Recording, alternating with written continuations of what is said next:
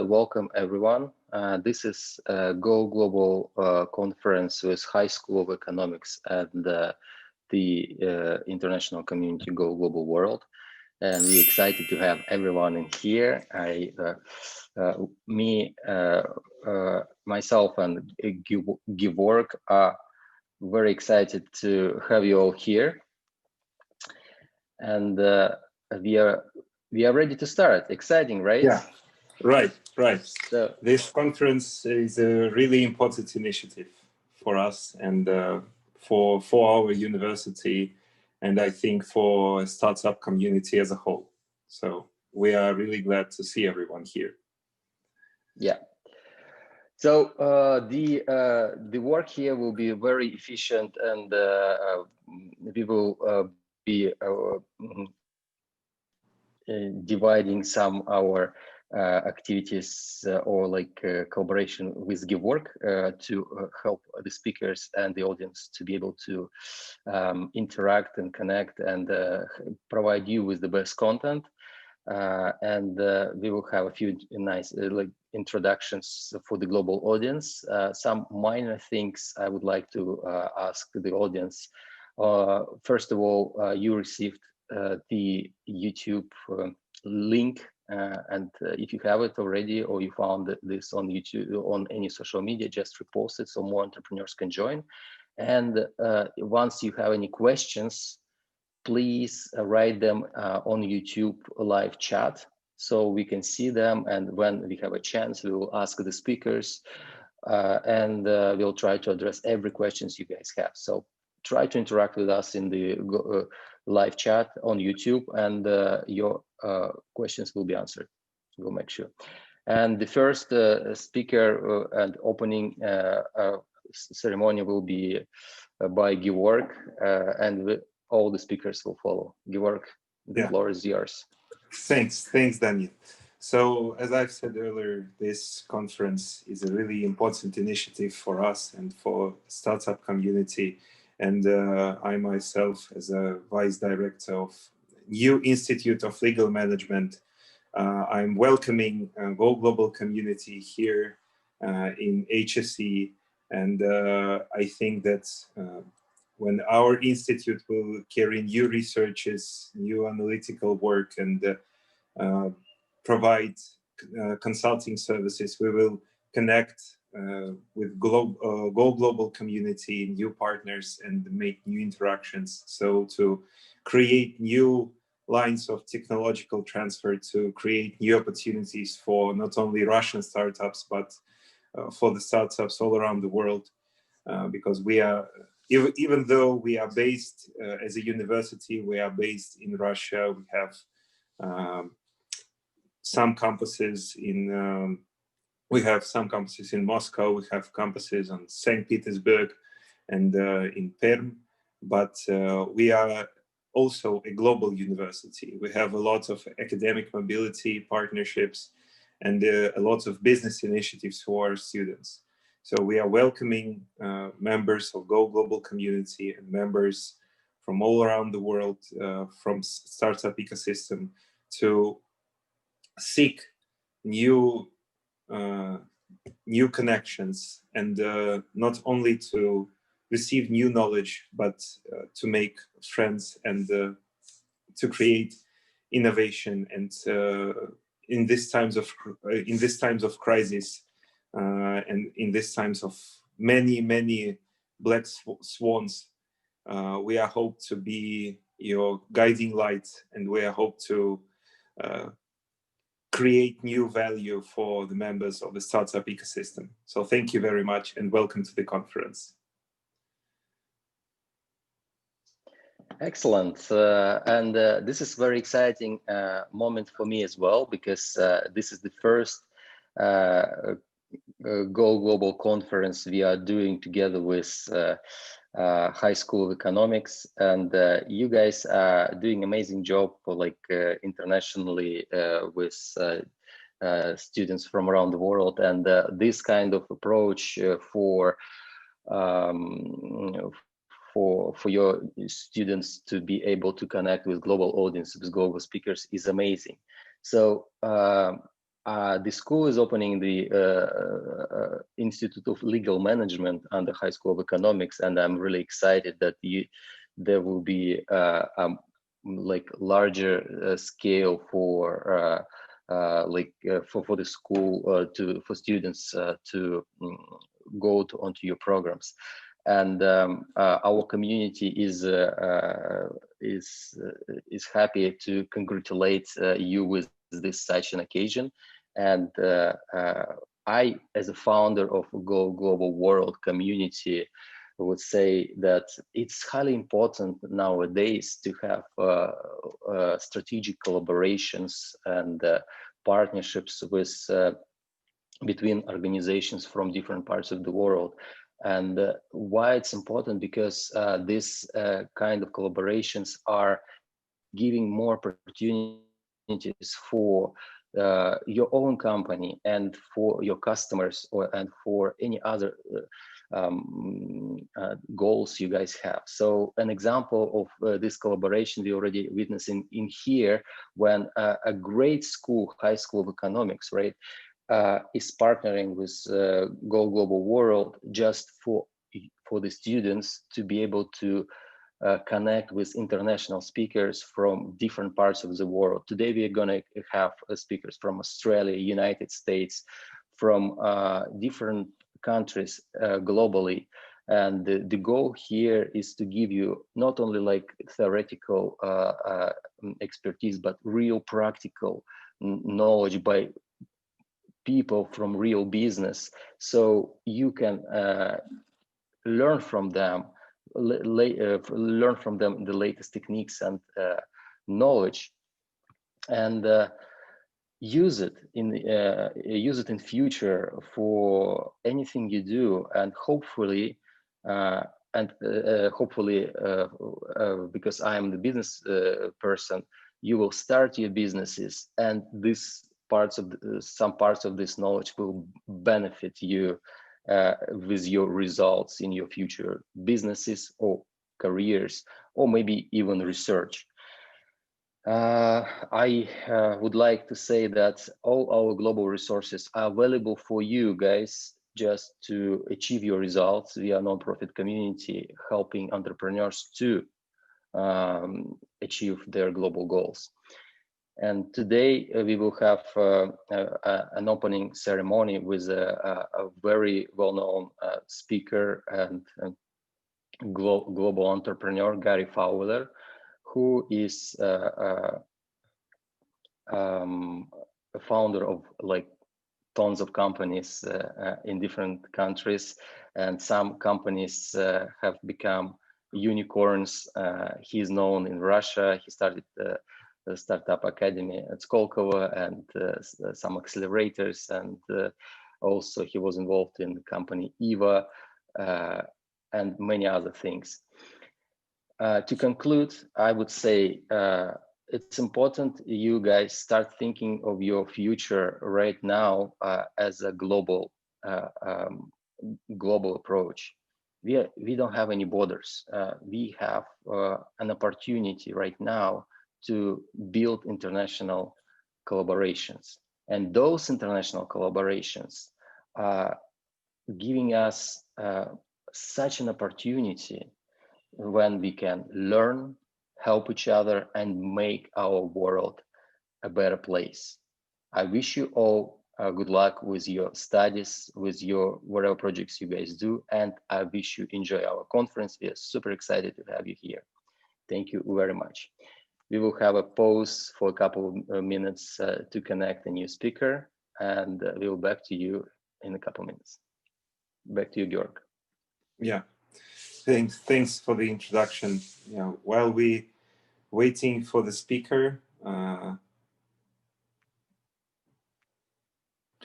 I would also like to say that this new institute is this new initiative, Legal Management Institute. While it is named Legal Management, and while legal questions and issues are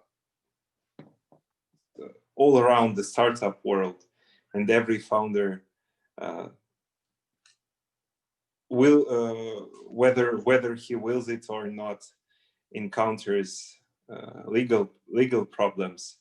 We are a multidisciplinary institute. So what this means, we present some management topic, or present an innovation management topic, or maybe works or some issues of working with startups through the legal expertise. So this is not about strictly legal issues or strictly management of legal business, but also how to proactively manage your business while thinking about legal risks. So I think this is really important today when we see a lot of new regulations, and they are much more strict than previous regulations. And we see a new landscape emerging, like compliance landscape and compliance regulatory issues. And this is especially relevant for new startups. So I think together with Go Global community, we will achieve something great here. And here I see Gary Fowler is connected, and we are excited. As already mentioned, Gary Fowler is a known, successful international entrepreneur and a great person. He has started lots of companies that became successful. A couple of them became unicorns, and he is a frequent speaker at many international conferences around the world, and he kindly agreed today to become an opening speaker for our Go Global conference with High School of Economics and the community.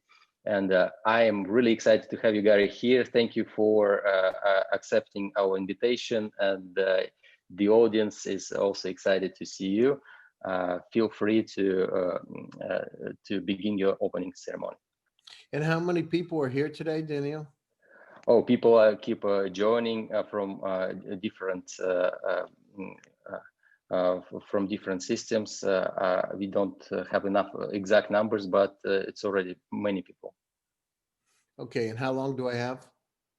You have 30 minutes. Okay. And we are live now. Everyone is seeing us and hearing us. All right, sounds great. Yeah. So I'd like to thanks Danil and George. I appreciate the invitation to be here today. My name is Gary Fowler, and I'm a serial entrepreneur. I've got over 30 years worth of experience. I have 2 unicorns under the belt. And from the Russian perspective, David Yang is my partner in Eva, who is the founder of Abby. And he and I created Eva.ai, which is one of the most successful AI HR tech companies in the world today. So it's great to be here, and I'm excited. Danil tells me that there are a lot of lawyers to be in the audience, and my background is artificial intelligence, and I believe that there's an incredible opportunity for each and every one of you that are here today to be able to put your own little dent in the universe. So let's talk about AI as the new electricity. AI, imagine it's the turn of the 20th century and you're Nikola Tesla. Alternating current is created. Think about all the changes in our lives that happen over the next 20 to 30 years across the board. Legal, health tech, manufacturing, agriculture, everything changed. Our lives changed. And today, artificial intelligence is doing exactly the same thing. This is a renaissance. Think of the opportunities. Think about from a legal perspective, how your life's going to change with artificial intelligence. Imagine the capabilities of being able to help you to be able to prepare a brief, to look at all the information that's out in the market today, and to be able to come up with an expert opinion, a super smart assistant. an intelligent assistant to be able to help you. You have those kind of capabilities that are coming. They're right around the corner for you. This is the greatest challenge and greatest opportunity there's been. Think about our lives. Look at, we're on Zoom. 5 years ago, almost 6, I was sitting in an office in Menlo Park, California, and I got introduced to Eric, the founder of Zoom. And he was telling me about this incredible journey and what he was going to be able to accomplish. I remember sending those, in fact, David Yang was with me. I remember sending those links out to people and they said, why would I ever want to do this Zoom? I'm not sure. I have Skype. But think about it. In the last 8 months alone, there are over 400 million daily users of Zoom. Think about it. Here we are. Zoom now's like copy. If I say I'm going to Xerox, that's Zoom. Zoom is to conferencing as Xerox is to copying. Your lives as lawyers have changed. Imagine the capabilities. I just wrote an article in Forbes called Nikola Tesla's Dream Comes True, the democratization of opportunity. That's where we are today. You can reach anybody at any place at any time virtually. That is going to redefine the legal profession. That is going to redefine the medical profession. It already has. Think about it. So McKinsey said about 1 year ago that 92% of the companies worldwide were going through the digital transformation, and it was going to take about 10 years. Well, those changes have taken place now. Those changes have allowed us to be able to reach out from one place to anywhere we want to go and literally democratize the opportunities for all of us. So as lawyers, you know, your job is to go out to the world and to help keep the world straight, to be able to balance it, to be able to help people move in the right direction. And from a startup perspective, you're critically important. With GSD Venture Studios, we take companies global, worldwide. We use Silicon Valley as support to be able to do it. We create Delaware corporations and offices in California. Why? Because we give them an opportunity to be able to reach out to the world from there. Half the money in the world's located out in California that's invested. These are the challenges. Keep an open mind. Look at the world. It's not just Russia. It's not just Belarus. It's not just the UK. It's not just China. It's everywhere. We're all connected together. So, you know, and I was talking to recently, I talked to Christopher Altman. He's a PhD in quantum physics. And Christopher and I had a conversation, and it just blows my mind about how artificial intelligence is going to help us all move forward. Imagine from a space tech perspective. And as we start to explore areas, he was telling me that just within the Milky Way galaxy, there are about 6 billion Earth-like planets. 6 billion. And then he said there are 200 trillion galaxies estimated within the universe. Think about the opportunities. We're just beginning to explore everywhere. So keep your mind open. Ask questions. You know, the thing that's really helped me, and I've been doing startups for over 30 years, is that you need to have a positive attitude. I did a TED Talk one time, and I called it passion, optimism, and visualization. So have a passion for the legal profession. Believe what you have. Believe what you do. At the same time, be optimistic. You know, the glass is half full and not half empty. And if you do that, your life will be full of joy, full of splendor. Believe in those dreams. It's not going to rain tomorrow. The sun's going to be out and bright and sunny tomorrow. And then the other thing that's really helped is visualization. Visualize where you want to go. Paint those pictures. I'll tell you a story of how I did it. At 21 years old, I formed my first company. I was right out of graduate school, and I graduated in clinical psychology at the time. So I was going to either go to medical school to be a psychiatrist, or I was going to go down through, and I even looked at chiropractic. But anyhow, I got out of there and understood it. I wanted to try something else. And I'll never forget, because I believed in the dreams that I could do things. And so one of the things that I did is I went into a bookstore and I saw a picture of a house, an incredible house. I thought, this is beautiful. And I had just met about a week before that a martial arts instructor, a master in Hakaru Jiu-Jitsu. And I remember him telling me that he would go down through and build houses, but that he didn't have any work to do. And I put two and two together. Here I am, 21 years old, right? No money. I said, wow, this is incredible. So I talked to Dale and I said, Dale, could you build this house? And I showed him a picture of a cover of this magazine. Now, nobody had ever done a house. This is a small town in Pennsylvania, quite like this. And nothing big, 4 bedrooms, 2.5 bathrooms, 2-car garage, the typical house that you would find in the US. But it looked different. There were none of these like this. It was more modern looking in this city.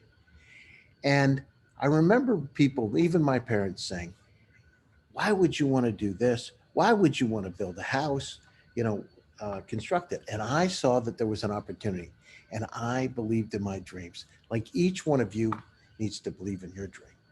And I went out. I actually got an opportunity, a job at the time. And I was actually selling Apple computers, and I used that to be able to help me build that house to be able to get the loan. So within a month, I actually built that house, that property, and started the construction of it. 4 months later, the thing was done. People said it couldn't be done. Built that house, sold it, made almost 40% profit on that house. And I ended up making $9 million in total sales over a 2.5-year period of time. And people said it couldn't be done. Each one of you has that same opportunity, because there are going to be a lot of people in this world, as your lawyers going out, that say you can't do it. But you need to believe in those dreams. You need to visualize. You need to have the passion and optimism. And I've done 15 companies. And let me tell you, sometimes you get a little bit bruised when you do that. And as lawyers going out in your profession, you're going to have the same thing. David Yang and I. David is the founder of Appy. 4 years ago, I was walking down. I developed a relationship, met him at Skolkovo School of Management. He came in, he wanted to hear Guy Kawasaki speak, and I was on the stage with Guy. And I saw David in the audience. I always wanted to meet him. So we had a VIP event. I invited David to come over. He was gracious. He got Guy's autograph, got a picture with him, and he said, thank you. Fast forward, almost 5 years later, I'm out in California, walking down University in Palo Alto, and there's David Yang. And I said, hi. He said, Gary, I'm looking for a CEO and a co-founder of a company. And I thought about it, and I said, sounds interesting. I said, let me get back to you. Let me see who I know. 3 days later, I come back. We form a company a week later. That company is now on moving in unicorn to unicorn status today. Imagine that. And it wasn't easy. We started with nothing. We built a company up. 2 years ago, we were working in remote workforce management, and here we are. Believe in those dreams. We raised almost over $15 million. And the company is now one of the top 10 AI HR tech companies in the world. So believe in your dreams, you can do it. But remember, paint those pictures. So, as we're going down through this today with this pandemic, which could last 1.5 years, 2 years, even more, what you need to figure out are creative ways to be able to accomplish those goals, accomplish those tasks, to get them done. Remember the use of technology at your hand. Remember, as Steve Jobs said, think differently, because the people that think differently today are going to win. Don't be afraid to reach out, just like this on this Zoom call, to reach out to folks. Use those networking experience to develop those contacts. Develop those contacts internationally. Open your mind, open your heart, open your soul, reach out to people and help people. If you have a chance to do something to be able to put a little dent in somebody's universe, do it. And you as you give to people, you get back, you reap rewards coming back to you. Don't expect it, but it does happen. And develop that trust. Do the right thing when you go out to meet with people. Think about their interest and how you can help them. Think about the kind of things that they would want. And if you do that, you win. So uh, I think that that this, as I said, is one of the greatest opportunities that exists today for each and every one of us, as long as we think out of the box. So with that, um, I want to talk a little bit about how AI is going to be able to help you as lawyers. And I want to talk about how important it is to think differently about it. Think about this. So most of the time when people talk about areas like artificial intelligence, they don't think about models being able to be transportable, to be able to use from one vertical market to another, and the opportunities that persist. The same exact models are transportable. Imagine those opportunities. You as lawyers need to go out and look at things like trademarks, at copyrights and patents, because there's an incredible amount of intellectual property that's out there. You as lawyers have this new domain. Learn about technologies that are emerging and how those technologies can help you in your profession, and also how those opportunities can be able to help humanity. So today we're talking, later on today, I have an international conference. I'm talking about health tech and drug discovery and the kind of impact that artificial intelligence is having in those environments. Well, this is just the beginning of the journey, right? We're going to be living longer. There's going to be a lot of challenges that are going to be overcome. And in fact, we did a paper with some of the Skolkova students a few years ago called Living to 120. Imagine living to 120 and all the challenges, all the legal challenges, all the opportunities you'll have during your lifetime. So I think that as I said, this is one of the greatest times that's out there, and that each one of you, face this broadly and move forward. So with that, Danil, do we have time for any questions from the audience? Actually, there are no questions at the moment. People just appreciate your inspirational speech, and we are really grateful for such awesome recommendations. Thank you very much for that. And I think we can move forward. You may close your speech. Sure. Let me just finish it off. So, thanks for taking time out of your busy schedules today, and I'm encouraged and hopeful, and wish you the best of luck to make your dreams come true too. Go get them. Do the right thing, and as our company GSD says, get shit done, because it's all about the results. Thank you. Have a nice day and take care of yourself. Bye for now. Thank you, Gary Fowler. And that was Gary Fowler, the founder of GSD Venture Studios and global speaker and entrepreneur. Thank you, Gary, and have a great the rest of your night. Thank you. Bye-bye. Bye. Thank you. Bye. All right, and that was a very interesting, inspirational words from Gary Fowler, the awesome speaker. That's just, I think he's being invited on all types of global conferences. And the next person we are going to have right now is Rod Tuvaev. He has connected to us from Los Angeles, California. It's pretty late there as well. Gary was from Florida, and Rod kindly agreed to adapt to our time zone and speak to us at his late time.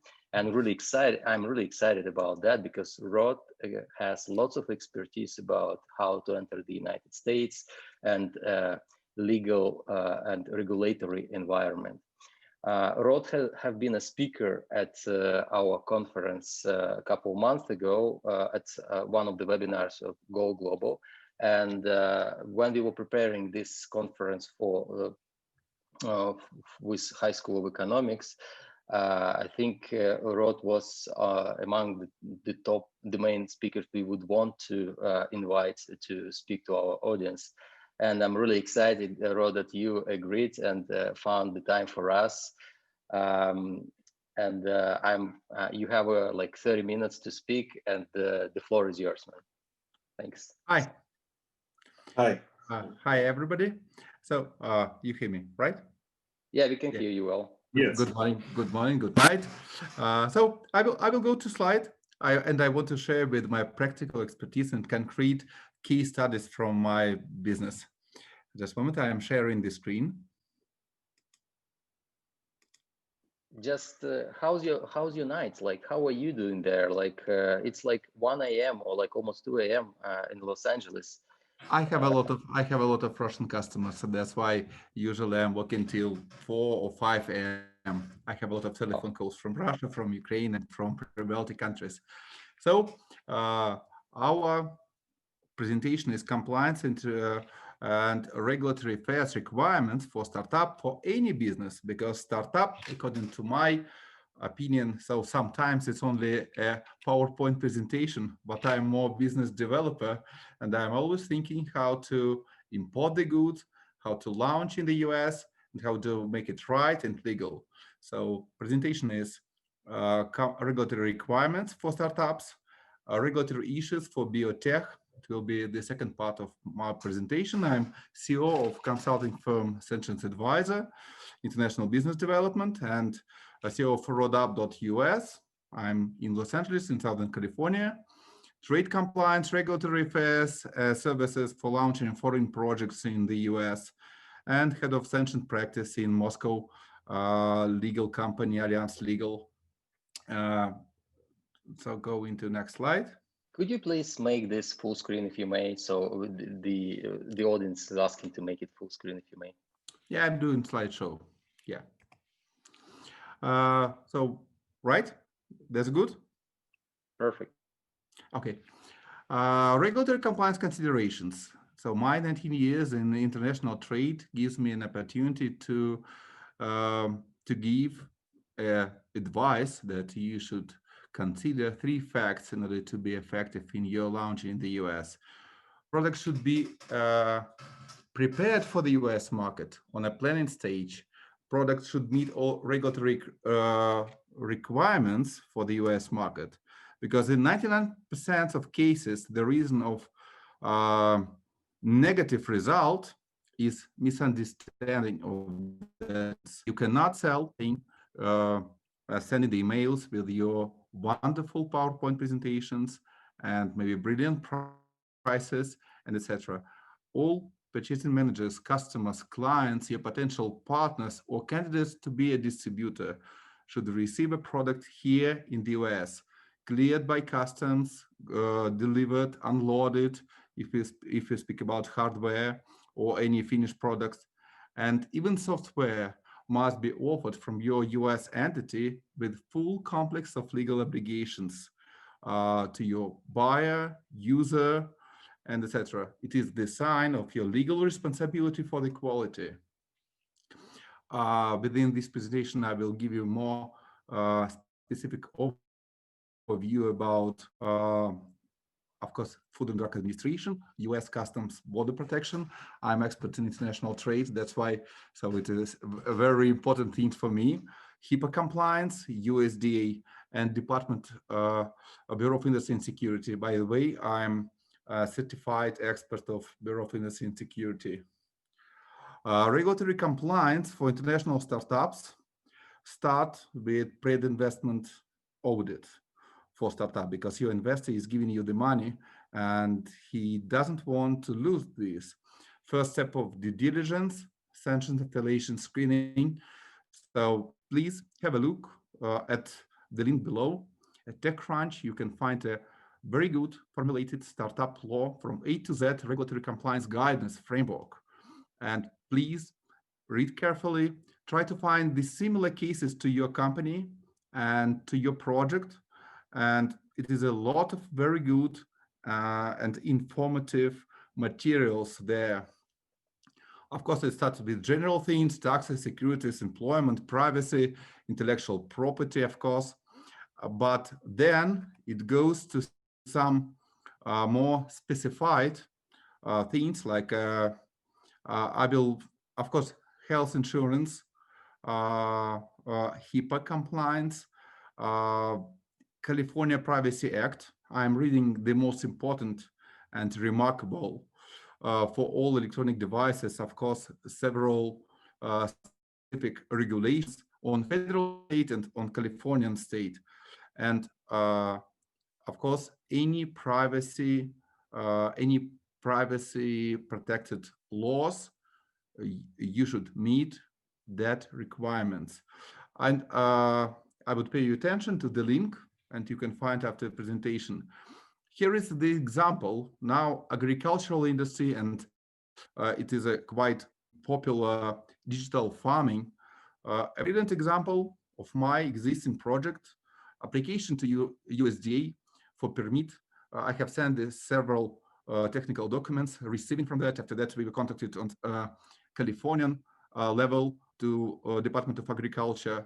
It is a process of certification and understanding how to legal import and distribute of fertilizing materials. Agency, on example from existing project, which I'm doing now, food ingredients, wine yeast. The same process, starting from framework, from roadmap, and now we're moving to actual implementation of that roadmap.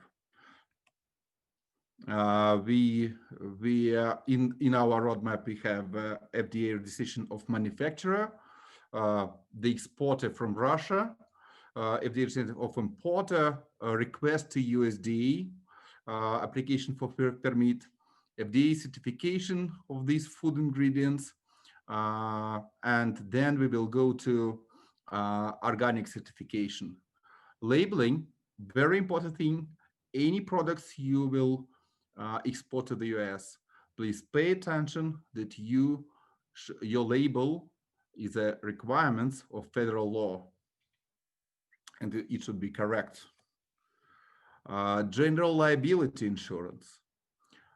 You should contact to insurance agent, because it's the most important thing in any, we could say, in the majority of cases. Some distributors, some buyers from industrial products for consumer products will ask you commercial general liability, and for them it will be in some cases more important than certification. Very popular today word, e-commerce. So when I'm going to Amazon page, I'm always going to the link here below for compliance requirements, because if you are planning to choose e-commerce as your sales channel, you should clearly understand the requirements. FDA, USDA, US Customs, and after that, the requirements of Amazon or in other platforms. The example of startups, innovations, and software certification, software for 3D printing for metal, and we implemented for them for rules and requirements. Finally, I hope that with our help, they are growing faster. The innovation, the software for monitoring and detection of hazardous water situations, a full complex of compliance issues when we were giving a roadmap for this customer, because the fitness clubs and security companies in fitness club, they have compliance officer, and the data protection, who has the access to production data, so because it's face recognition and the Californian laws for privacy.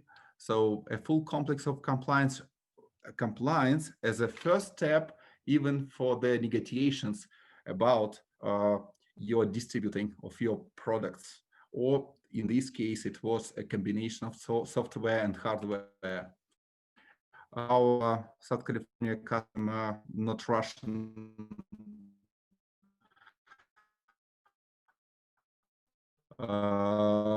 booking PAL, that we implemented them.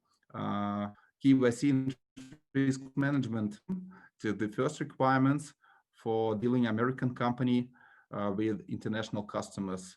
The screen system for on work industry or from banking clearly understand about this issue. Anti-money laundering, BSA, and FAC, sanctions compliance for screen. 3D printed houses. First compliance issue is California building standards. We call it, in Russia, we call it GOSTs. Here we have our codes, and definitely in California, where we have seismic activity, no doubt. First thing is to realize how this yes or no gate, we can say it. And of course, IPA, Environmental Protection Agency, will also check your materials. All of my customer, by the way, the photos done in showroom in Anaheim here. It is a Chinese. Chinese popular new trend for everything green and everything eco. The same certification for Californian codes, building codes, IPA, and all issues we go through before the importation of first containers. Now it's here in the US, promoted, distributed, and the CEO and the founder of this company also expects to go to clinics, because these materials, they are very good for very good characteristics for fire protection. Kazakhstan customer who intends to go to the US market, very serious project, and maybe so with several compliance issues, and of course we are starting with hypersecurity, American hypersecurity, and total control of data and everything. And to be honest, I'm sure that not all companies can go through that to final end. But anyway, we are preparing roadmap with the lawyers, with the legal advisors, there's plus with American hypersecurity companies. By the way, completely different with the company who are planning to open first stations in Southern California. Maybe it will be Santa Monica. Maybe we will start from a small resort city, Newport Beach. But anyway, it is a combination of hardware, device, certificate. So we can, on 3 level, we are doing roadmap for launching. LiDAR for self-driving cars. It is a subject of Bureau of Industry and Security, and industrial explosion proof and lighting technology. Russian company, Russian producer is exporting to the US, and we are helping them with certification and customs. Example of our customer from Nevada, medical devices, 3 patent. The Chinese manufacturer is doing their devices on private label according to their design. By the way, design is protected and brand is protected, and you deal with FDA in that classification. Step 2, regulatory requirement of planning to expand the US market, and FDA registration if it's required. As in Russia, there's several classifications: class 1, class 2, class 3, and we are starting from simplest to the most regulated. HIPAA compliance for software as a service for medicine. Medical industry startups need a documented HIPAA roadmap and actual implementation, even to have a chance for legally be launched and start the activity. So when there's a question to the founder and to the investor, does your organization store, transmit, and have access to use protected health information about your customers? And after that, you should follow through key HIPAA required elements, starting from a roadmap, gap analysis, and understanding of framework you should follow, and actual implementation, and returning back, HIPAA security framework, plus audit for that. And I'm lucky to say that I have in my team 20 years experienced Gennady expert of HIPAA compliance, who was a senior compliance officer at clinics, especially for HIPAA risk management assessment. So, top regulatory issues for big technology startups. Get informed. You should go through FDA, USDA framework. You should deal with special classifications in order to go to the US market. Define a regulatory strategy, and you should go through this regulatory compliance process, just with understanding that, as it's written here, 60% of your product development is about documentation. The liability and regulatory threat to you almost have to be a lawyer before you can be a scientist. So returning back to general liability insurance and just think 3 times about your legal obligations to your customers in the US. Challenges in the research and development. Clinical trials is a very serious project, a very serious path you should go through. So, and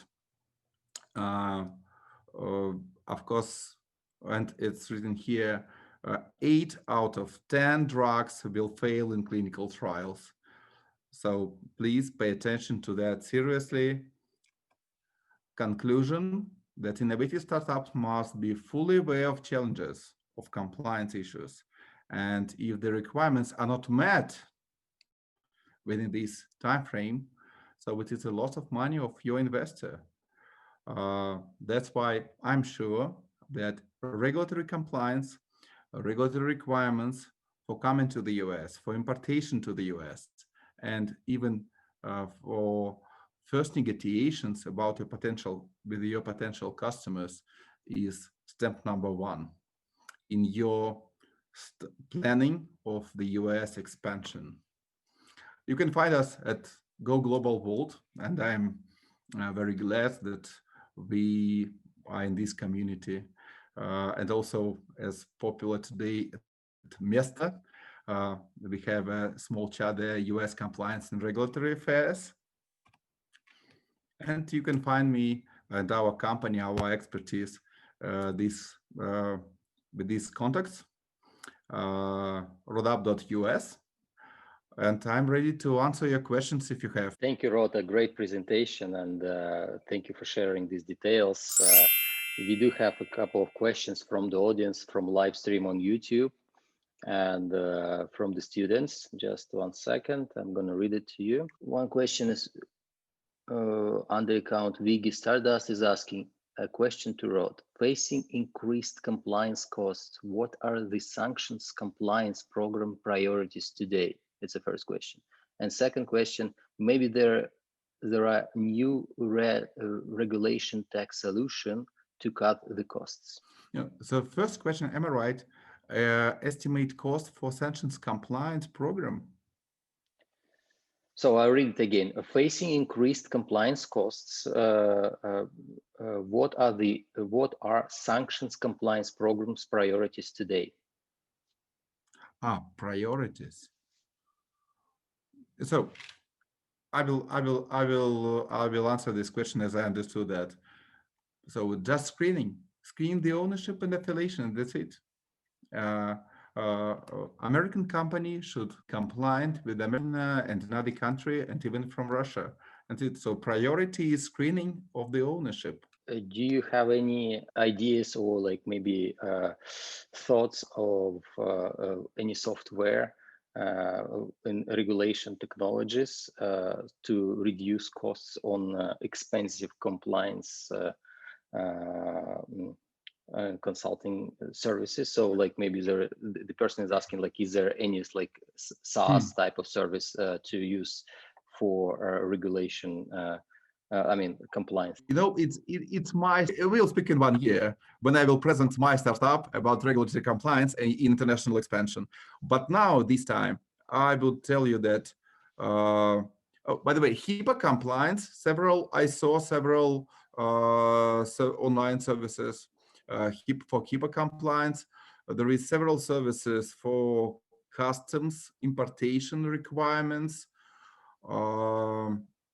So you should first understand the sphere of regulatory compliance, and then you should start searching for the general software as a service projects for that. But at the same time, I will tell that anyway, nothing can be done automatically.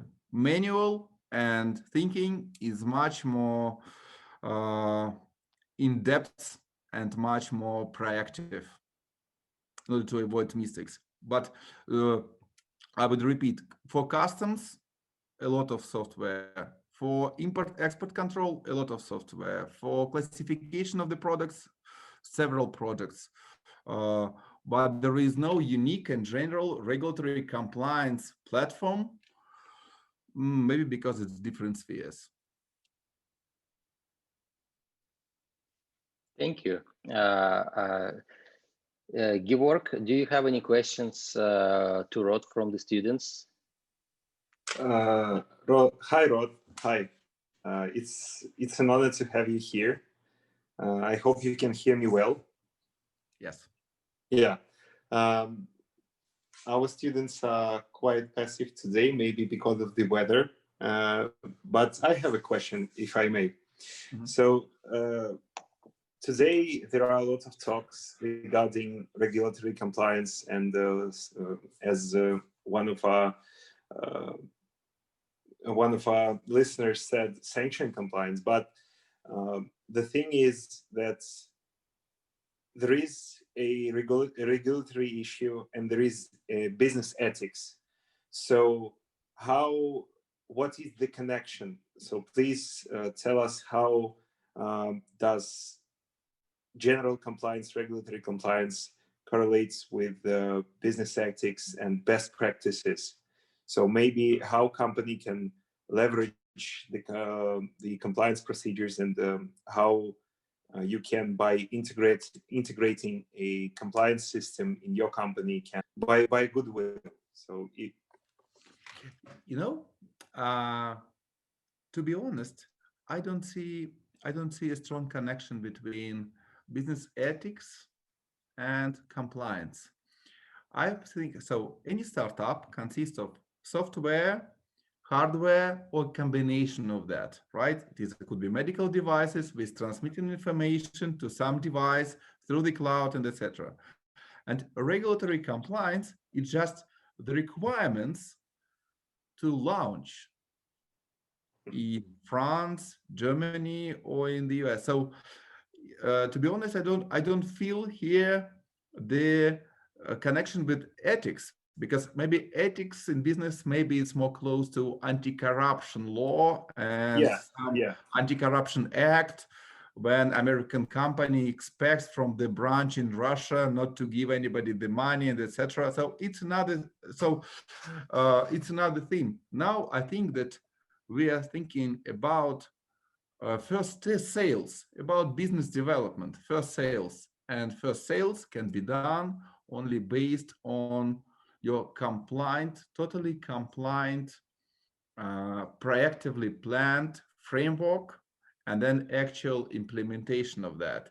And it's about the phones, it's about any electric device, and serious projects like 3D printed houses. So that's why I would tell you that it's not a level of respect of rules or ethics. I think that the first is the only basis and the only reason to launch and to start sales. Thanks, Rob. Yeah, by the way, the same issue I'm explaining to the US companies. Don't think that Russian distributor will come to you, will fly to Florida exhibition, and will ask to promote your device. Don't be passive. Go to certification to Russia, understand the requirements, and then go to the market and then start finding and searching for your end users, customers, client, integrators. Thanks, Rob. Welcome. Another question I have is that what's some examples of real cases happened with compliance of with companies who didn't face some issues because of they didn't do their compliance, and they probably faced some fact check problems, or they might be faced some fines or something. Can you give a few examples to illustrate that? You can find. Thank you. Very good question. If you remember my slide with TechCrunch link, and please pay attention to that. It is a real cases for our audience from fintech industry. Will be interesting to find fines, penalties for the violations of the laws, anti-money laundering laws of startups. And more that in fintech, the majority of startups completely incompliant on the level of going to market. And the companies which we consider now as a billion companies, they had the problems with the law on the first, second, and third year of their launching. So fintech, definitely. Any lending the money. I mean that when any marketplaces connected people who wants to lend money or to borrow money, and all consumer goods. And you can in Amazon also compliance issues it is a intellectual property, quality control, and several lists of regulatory compliance requirements. Today we are launching. The High School of Economics is launching Institute of Legal Management, and they will be preparing students to become lawyers and experts in law.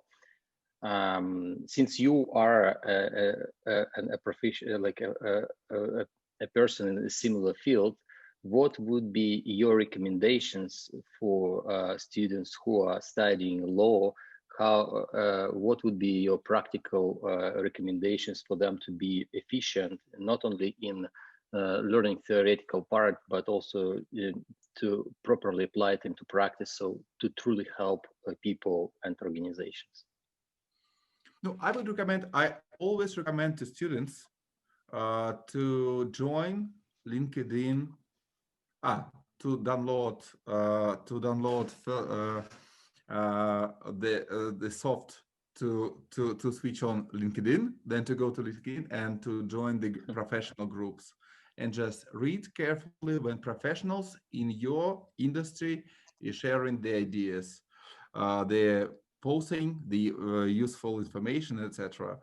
And try to start negotiations with them, because I was contacted several times for students from Germany, France, and even from the US.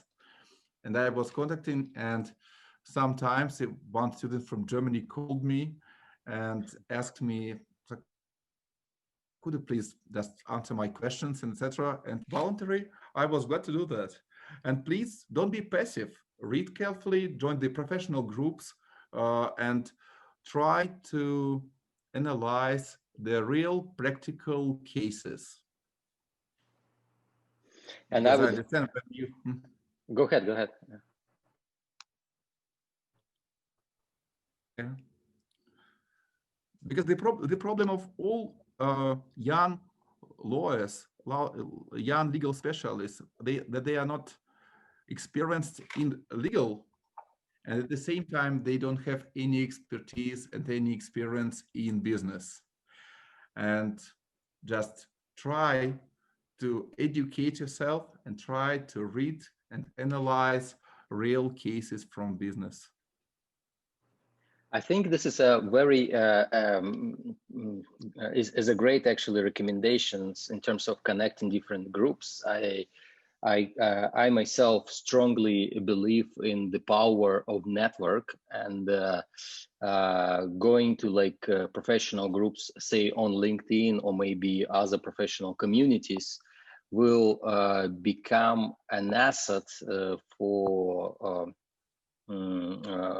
those students or people who would like to be in that field, just by connecting with other lawyers and participating in the conversation, or probably even participating in some project they do, and that would help them to probably find what they really like to do in this field of law, or maybe find even like-minded people. I completely agree with you with that. It's actually something that applies to every area of whatever you do, especially in business. Yeah, that's a great recommendation. Thanks for that. Georg, do you have any questions from the audience? Some more questions? Yeah, we have another question from one of our students. So what is the difference between consent and authorization under the HIPAA privacy rule? The concept and consent and authorization. And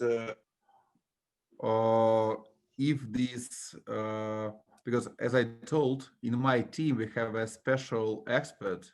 So if this listener will send in a comment this question, I will explain tomorrow.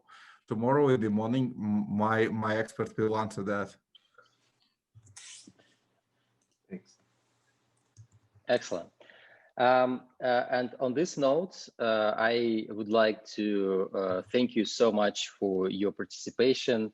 And I like to ask every speaker with your closing remarks, or like some inspirational closing, or wherever you would like to wish the audience, the students, for to the school or something else. So please, the floor is yours. Feel free to close your session. Some conclusion, right? Some summary. Absolutely, yeah. And you can take as much time as you want. No, first of all, just I would pay you attention that startup, any innovative idea, any innovative project in which you are asking money from some investor and you are trying to bring your idea to the realization, it's first of all business. Business is about the money. Money is when you are doing sales. I'm business developer and I'm trying to focus your attention to analyze clearly what set of mind is in the country you want to launch, what products, what expectations is from that market. Try to avoid mistakes Definitely, no doubt, you will do mistakes, but try to avoid mistakes on the planning stage. And first of all, go to a market. Try to prepare compliant products and then go to them. Do a planning for years. Don't design for years. Don't go in your illusions.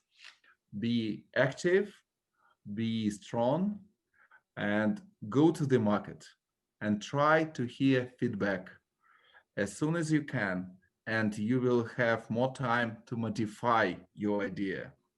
By the way, it's not my phrase. It is David Young was telling at RBK about 3 or 4 years ago. As soon as you can, the customer modify your idea. Thanks for the closing remarks. We are really glad to have you here. Thanks for the great talk. We see here in comments from the person who asked the first question here in our conference. He said also he thanks you and tells that it was a great talk. Also others who joined telling us that it was very interesting, and thanks you for the expert's opinion. So I'm taking my coffee and I will continue listening to your to another presentations. Bye. Cheers. Cheers. Thank you. And that was Rod Tuvaev from Los Angeles on the compliance and regulatory environment. Thank you, Rod, and have a great rest of your night. So thank you for connecting us so late. Everyone, I think we've got some great remarks and recommendations from Rod. I would also ask Rod later to share his presentation on our community, so you can connect to our global chats, and we will and you will be able to use his presentation if you need his slide, because some of you were asking for the slides. Hello. We are back again, and we are happy to continue our conference with the next talk. Currently, we have a little bit of change. The speaker from Australia is trying to connect and there has some connectivity issues. If Bruce connects to us, we will let him do his talk if he fixes his issues. Right now, I will be doing a talk about how to start a company from idea to a successful startup. And I also will have some surprise announcements and some information about our Go Global World community. You guys can ask questions here in the chat on our live stream on YouTube, and we will be addressing all the questions you have. So just feel free to ask anything that you find important for you to know. Let me share the screen just a second. All right. Today's topic that I have and I decided to address on the conference is, in my opinion, a very common question from many students who are trying to achieve something beyond just a career, but also their own business. Lots of students have ideas, and they see how young guys start companies, and they wonder, what do I do if I have an idea? And it's actually a common question to not only students, but the majority of people who is willing to start their own business, but having always a trouble to make a first step. So the first short answer to this, the most difficult is to make this first step, and it's important just to make it so you can move forward, and there will be a next step and the step after it, and so on. Quickly about myself. I am the founder of Go Global World community.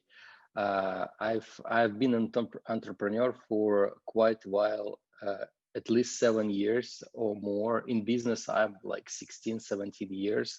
And I was lucky to work in corporate world, building my career from like very bottom to like top international executive. I've started 3 companies of my own, and currently I am also teaching at top business schools and helping students to start their own companies and raise capital. In fact, at one business school where I teach, the students recently raised a couple of $1 million, and they started the program from an idea to a product. And once they were about to graduate, they managed to raise a couple of months ago like over $2 million. And this is, I'm super proud that students like you are can achieve this success even being at school. I don't want to share details about who was that or something, so because it's a little bit confidential, but I just wanted to inspire you that your success can happen at any time. You just need to start working on that. Also, I am a Vice President of Global Business Intelligence at GSD Venture Studios. And we help businesses from Russia, CIS, and other regions to expand to the United States and go global. Basically, United States is becoming the port to the rest of the world. And as for the community, the Go Global World Community is a nonprofit organization that aims to help entrepreneurs. So the mission I envision that entrepreneurs who started this community, like I am and the team we have, and entrepreneurs who also join us, help every other entrepreneur to go global. So it's a community by entrepreneurs for entrepreneurs, in order for you guys to access international market at the minimum cost or at no cost at all. It's like, guys, there are no borders. Just keep in mind, all the borders we are talking about are created by people, by, of course, governments, and it's important to respect that. But in fact, we all connected right now. And we can do business internationally from any place around the world. We just need to know how, and there is no limit to our success. Before I continue, just this is my direct email. If you would have any questions to me, or if you would like to learn something about Go Global, or maybe partner with us or anything, we are happy to help every business to achieve goals. And we are not expecting you to pay us for that, but we would expect from the audience is to be active on the community and basically help other entrepreneurs to achieve results if you have expertise, connections, and etc. As already mentioned, that a mission of the community, it's the community is English speaking, and entrepreneurs would connect globally to each other to help themselves to meet like-minded people, to solve problems together. And imagine an entrepreneur in Russia, for example, would like to access market in Singapore, and instead of like paying organizations for consulting services and utilizing all your resources, probably sometimes entrepreneurs don't have any resources for that at all, you may find the other entrepreneur from Singapore, and they can help you with their advice how to enter their market, and they won't ask anything in return on our community. Then you would, somebody from, I don't know, Korea or United States or Mexico would like to enter the Russian market, and you know Russian market, you know the people here, and you can also give the advice. This is how it works. Giving back is important, and the power of network is highly is an asset.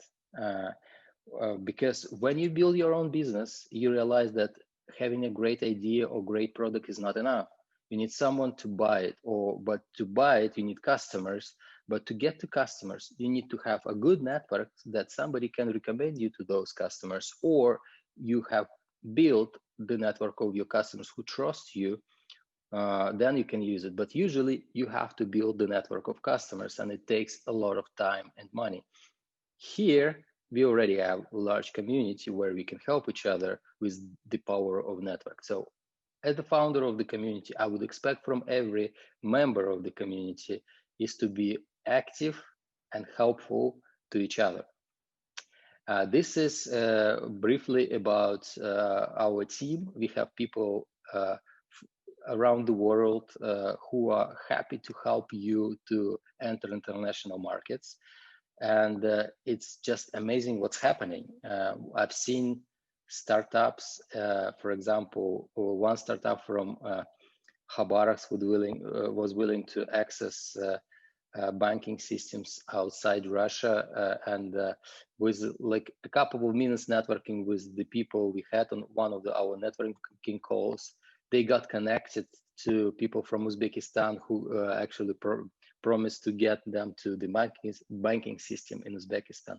There was another startup from India who raised like a couple $1 million, and they wanted to get to access to Roscosmos folks. And we connected them. There is no problem to do this. And for Russian startups, there are plenty of cases for international startups entering Russian market as well. This is how the world should operate. We should help each other. And our team right now, these are the guys in front of you, our local leaders in those countries. So currently we operate in Go Global Armenia, Go Global Kazakhstan, Uzbekistan, Russia, Latvia, Lithuania, Estonia, England, Nigeria, Australia, India, Singapore, Korea, many CIS countries. We also operate in locally in many regions of Russia, and it's amazing that even people from Mexico, United States, Canada also part of our team, and that is the power of network. That are the people who are willing to help your businesses if you would start your own business, to help you access those markets. And that's our team. But beyond our team, we have 1,500 entrepreneurs already in our community who are willing to build international business and help each other. You may participate in our community at any time. You will be and participate in our global chats and connect with the international audience. It's important to mention that we have a lot of international collaborations and partnerships in many countries around the world, and the main partnership of today's conference in the High School of Economics, which is our partner, and we are proud to have this conference together.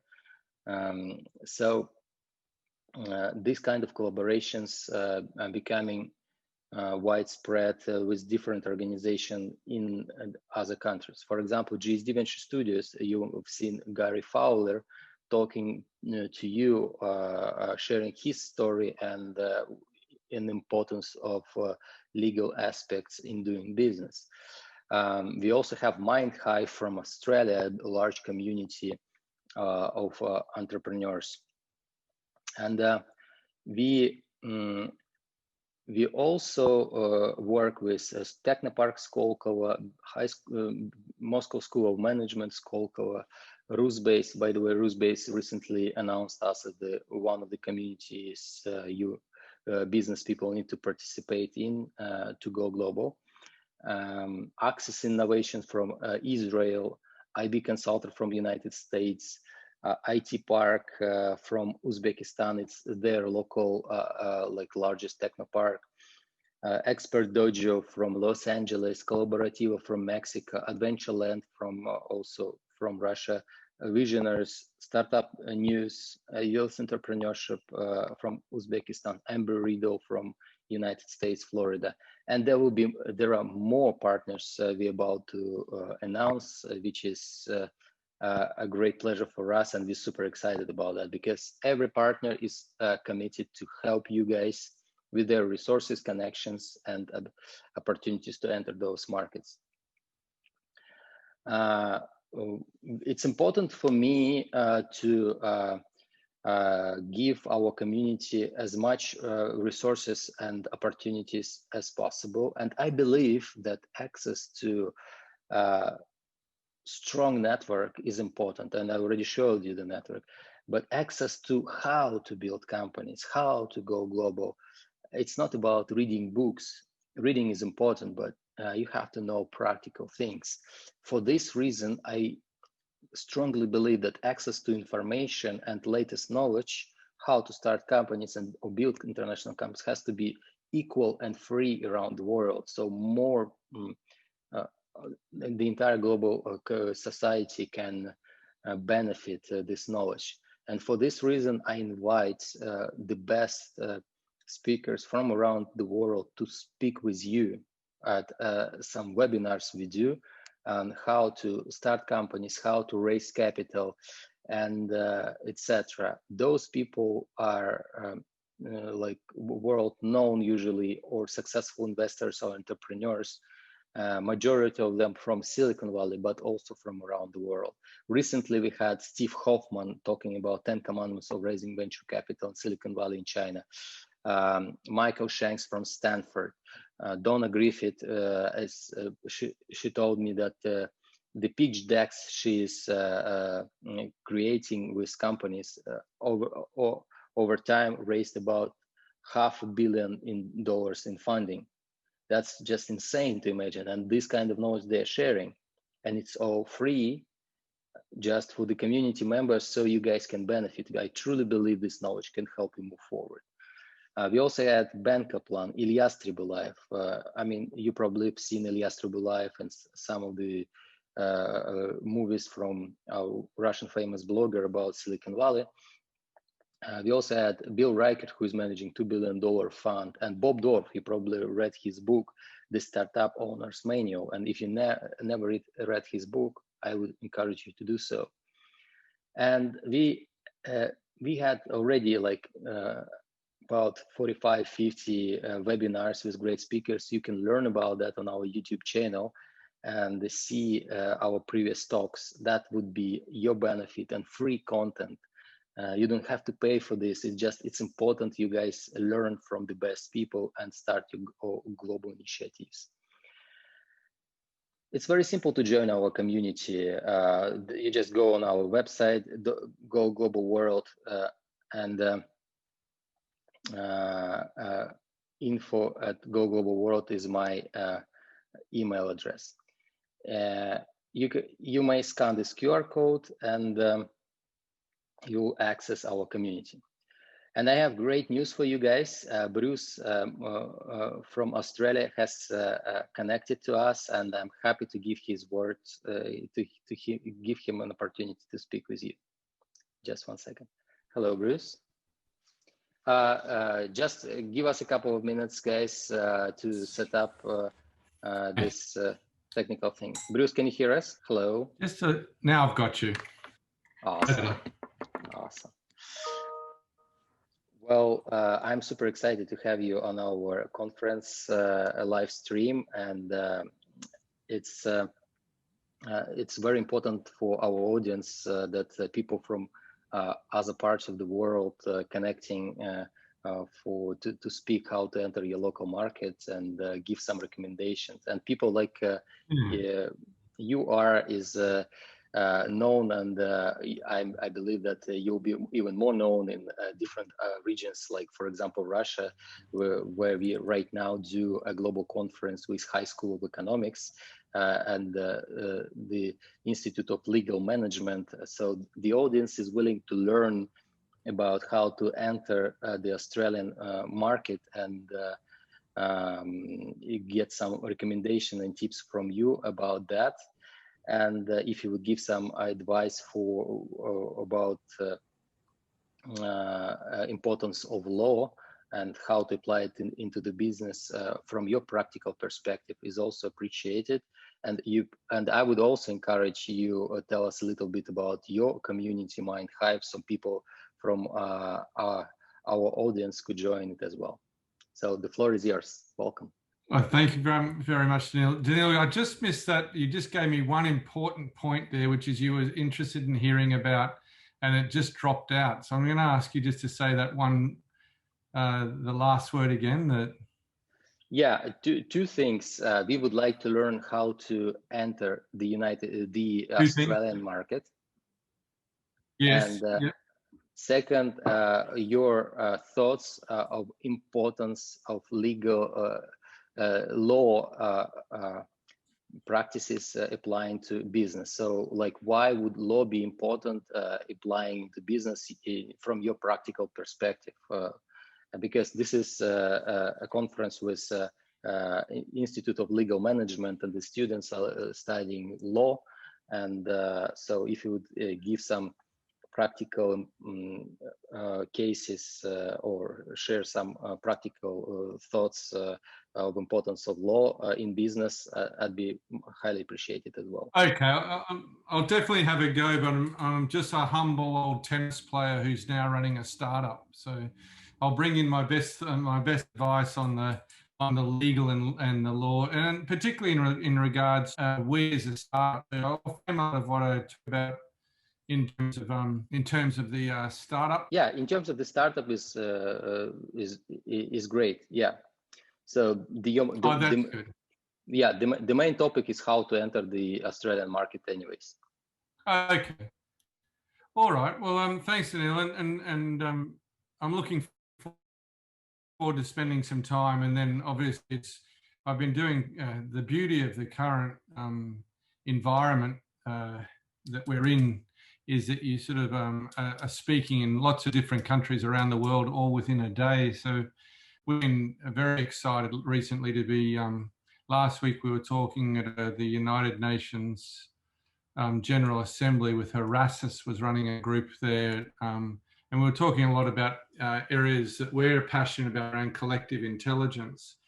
And today and tomorrow we're talking with you, and we're very humbled by the opportunity to do that, as well as in Singapore. And it seems to be there's a certain track here is about how we can become more globally orientated with our work.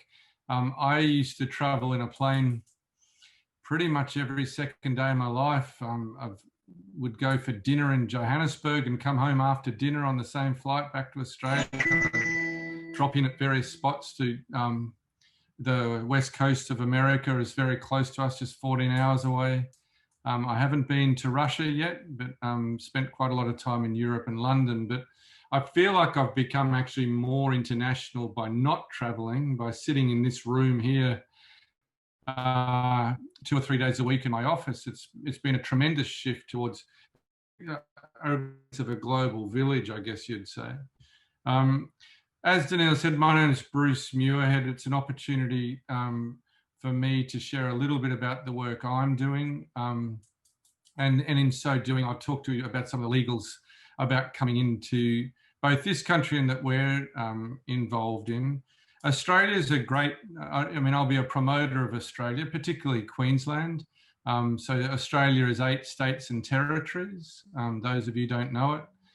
We're currently all boarded up with COVID. So politically, we've found that each state and territory is boarded up, trying to reduce COVID spread. Interestingly, I live in a state, Queensland, that currently, touch wood, is very fortunate not to have any COVID cases entering in at this stage.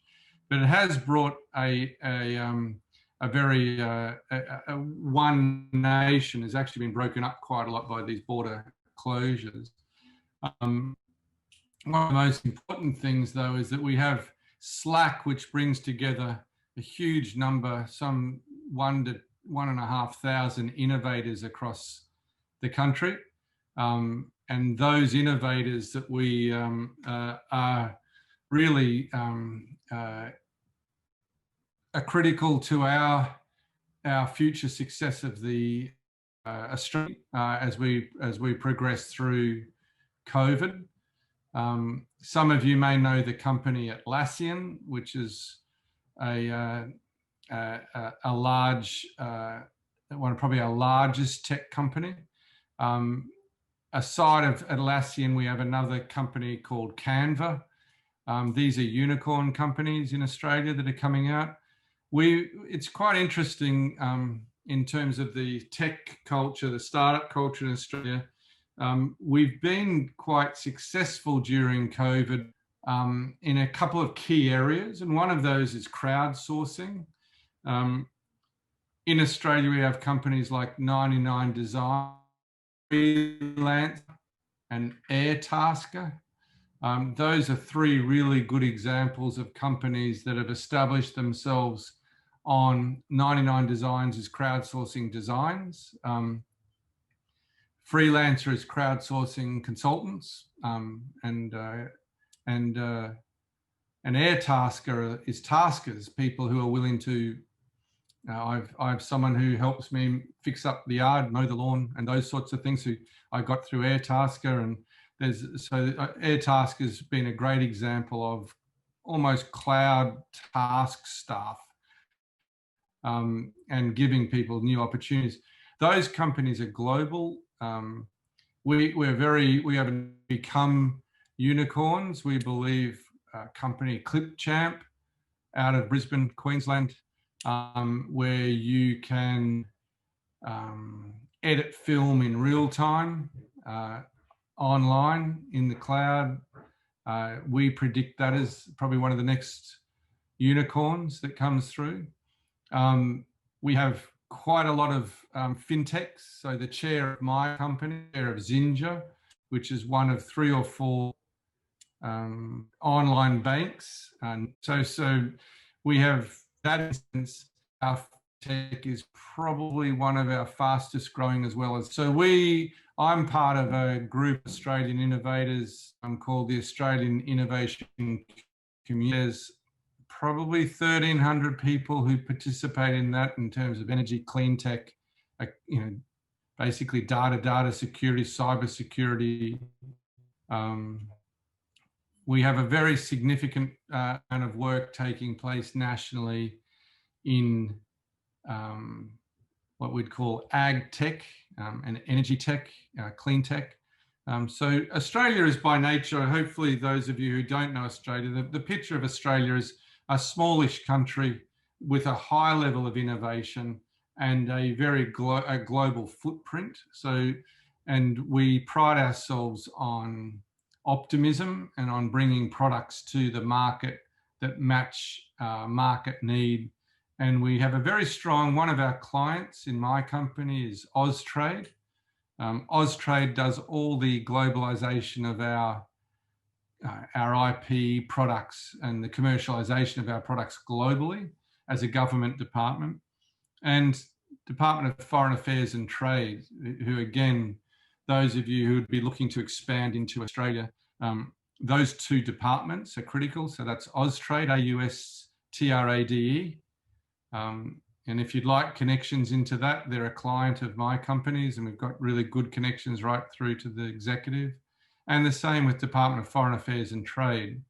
And those 2 companies are responsible at the government level for bringing together both engaging Australian innovation with the world, and also would be a key point of contact for considering being in Australia as an innovation founder or an entrepreneur. To place where I sit, I'm in crowdsourcing too, and we're creating what we'd sort of say is a connector between problem owners and problem solvers. And those problem owners and problem solvers are a 2-sided marketplace. So we would, if you had to have a comparison as to what we might look like, our business model is not dissimilar to Airbnb, where there's spare bedrooms in people's houses that they make available for travelers. There is spare capacity for problem solving in the community on Earth, whether that be consultants, academics, researchers, government leaders, citizens, but there's a spare spot where people are willing to give their ideas and solutions to problems. And so we've created a platform that harnesses, that throws a net out and allows a marketplace to exist between problem owners and problem solvers. And we believe that sometimes ideas come from the strangest places. So pre this tech revolution we're experiencing right now, we probably had older problem solving methods, which were more linear, more step by step. We're now looking at a problem solving strategy which is more non-linear and more able to be the unusual suspects solving the old problems. So we've done a lot of work around commercializing our company's IP, technology, and so forth. Things that we've sort of learnt along the way, which might be helpful, is particularly, I guess, there's some incentives to come to Australia, to be in Australia, and we have a couple of legal frameworks that enable startups in Australia.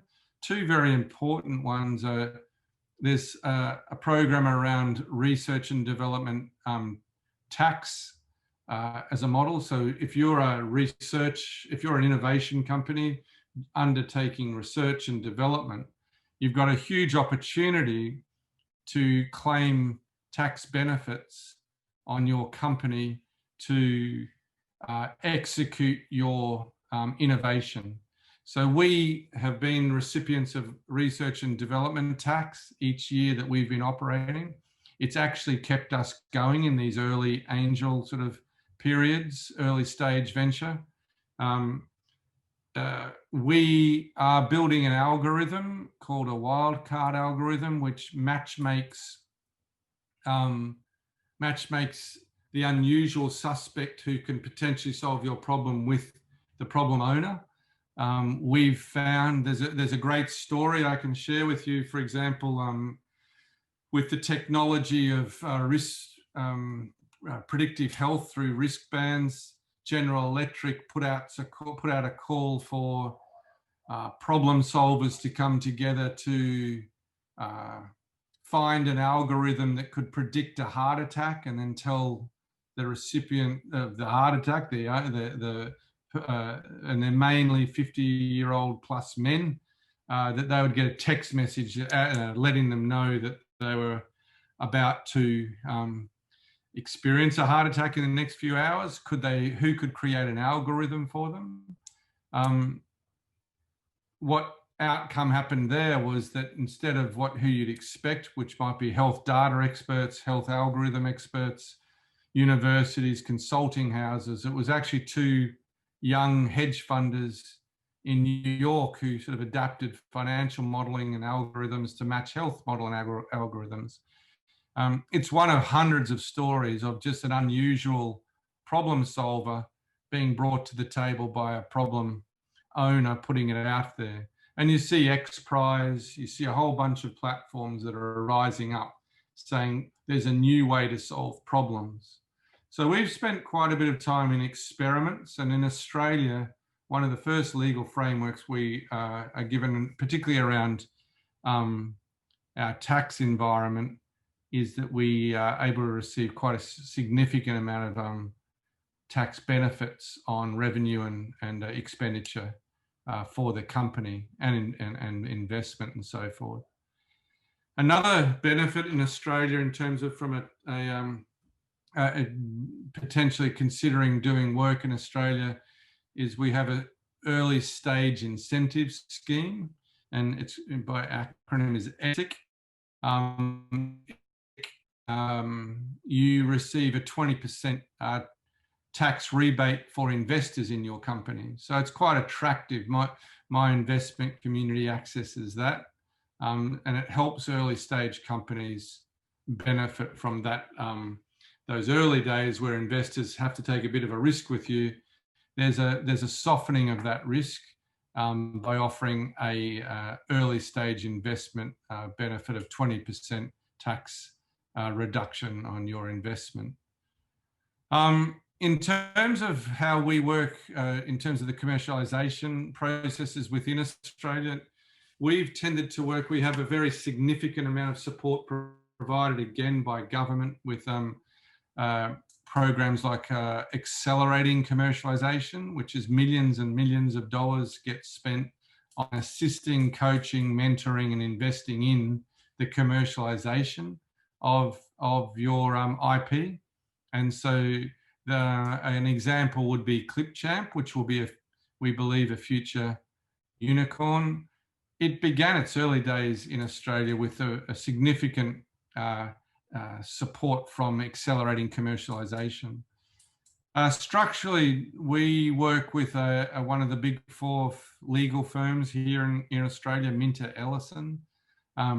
We've been spending the last 2 days with them. Startups, by nature of their sustainability, are always looking at new ways to generate revenue and income. And just a case study of the last week or so in our life as a startup here, we're doing a crowdfunding, a national crowdfunding exercise where we're hoping to raise a couple of $1 million by giving small investment opportunities for individuals and citizens who would like to have a stake in our company. So we're working with a company called Birchal, B-I-R-C-H-A-L. They're one of 2 or 3 crowdfunding platforms that exist in Australia. With Minter Ellison, we've been working around how does a company like ours take on potentially thousands of investors. So traditionally our structure has been, our constitution and shareholder deed has been specifically focused on some, probably I think about up to 20 investors, where we see great advantage as a company which is an ecosystem of about 60,000 subscribers and members. We see great benefit within this type of case study of a legal position. We see great benefit with bringing together our ecosystem, our community, in having investment in the company that they're part of. It's a tremendous opportunity to get buy-in. It builds activity in the company, engagement and stickiness. And so we're very excited. And we've been going just a couple of days on our fundraise, on our crowd fundraise, and we've had significant interest and expressions of interest already. So we have a few weeks of expressions of interest just to check the appetite for investment. And so structurally, we're working with our legal firm, Minter Ellison, on readjusting our shareholder deeds, our constitution, which is no small feat when you've already got existing shareholders, about how you structure a startup to have significant investment from many people with small amounts, and how we can do that without being overwhelmed by, for example, communication to shareholders, document access by shareholders, and how we can balance the potential of maybe tens of thousands of investors with the legal structure which enables entrepreneurialism to take place, as well as accountability and good governance and so forth. There's some things I'll just throw out there, Danil, and maybe it's an opportunity just if there's any questions from the team. It might be useful to expand on some of those stories or add more in. So, yeah, there are questions, a couple of questions we have from the students. First of all, great insights. I really appreciate all this information. First question is if you could elaborate, and you may repeat a few things about how, I'm reading this question, how does the state participate in the creation of the startup ecosystem in Australia? So how does the state contribute to the establishment of the ecosystem? Startup ecosystem in Australia. it's a very active. So we've had we have prime ministers. So we've had a number of prime ministers who've seen innovation as a pillar to the future of Australia. The state incentivises, as I gave an example before, the state incentivises innovation through tax benefits for investors, tax benefits for their startups. They also, and more recently, as of yesterday, we had a budget announcement. One is that we're about $200 billion in debt post-COVID, and life is not looking that great. Yeah. On the other side, they're trying to work out, well, how do we keep jobs? So they're making a very significant, I'm just learning about this myself, but they're making a very significant investment in funding blockchain startups. So there's a particular, they'll take sort of, they take a focus on agricultural technology. So for those of the students who know Australia, most of our country is desert, and most of that country could probably be a food bowl. It could be rethought. So we're looking at robotic farms. So we're being quite inventive on that ag tech side. We're also, as I said, the fintech side, but the government uses the tax system as a way of incentivizing innovation. They also have a fairly, they're very consistently on both sides of government. We have like a Democrat, Republican, but we call them Labor, Liberal. They have they all follow what would be a significant. I guess you always want.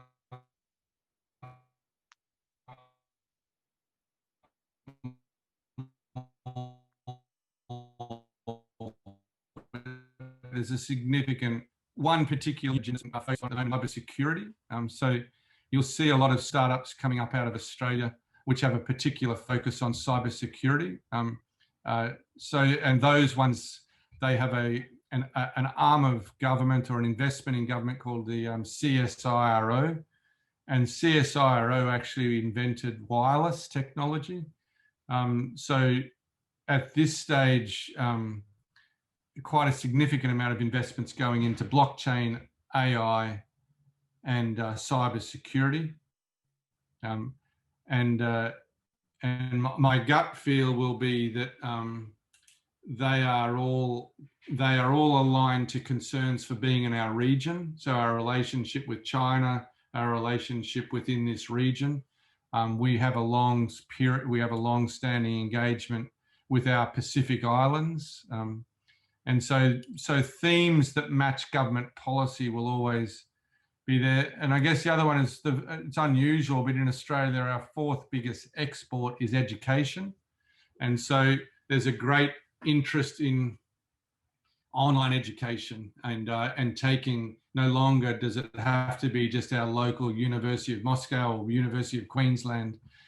There's this whole new world rapidly increasing, which is how can we maintain our fourth largest export in an environment where you don't actually have to go to the campus as much anymore and so forth. So, but that's a broad array, but at a high level, the federal government on both sides fund and encourage and incentivize innovations.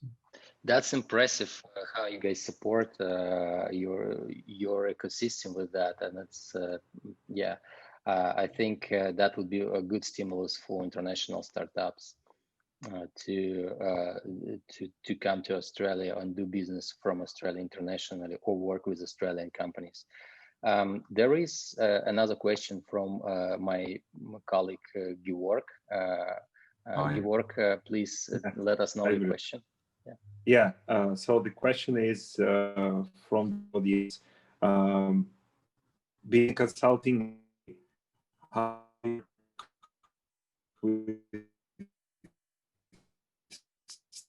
students, do you have any fast tracks or maybe internship? And the question from me, how do you see, maybe, you talked briefly about the role of the university, but maybe you can elaborate more. How how do you see this? What place does the university in a new emerging startup ecosystem? Maybe not only in Australia, maybe you have some insights regarding different jurisdictions, but just this will be nice. Yeah, great questions. Can I have about 2 hours to answer them? You can have as much time as you want. we have a time up to 4 o'clock. You can always edit this, can't you? But no, I think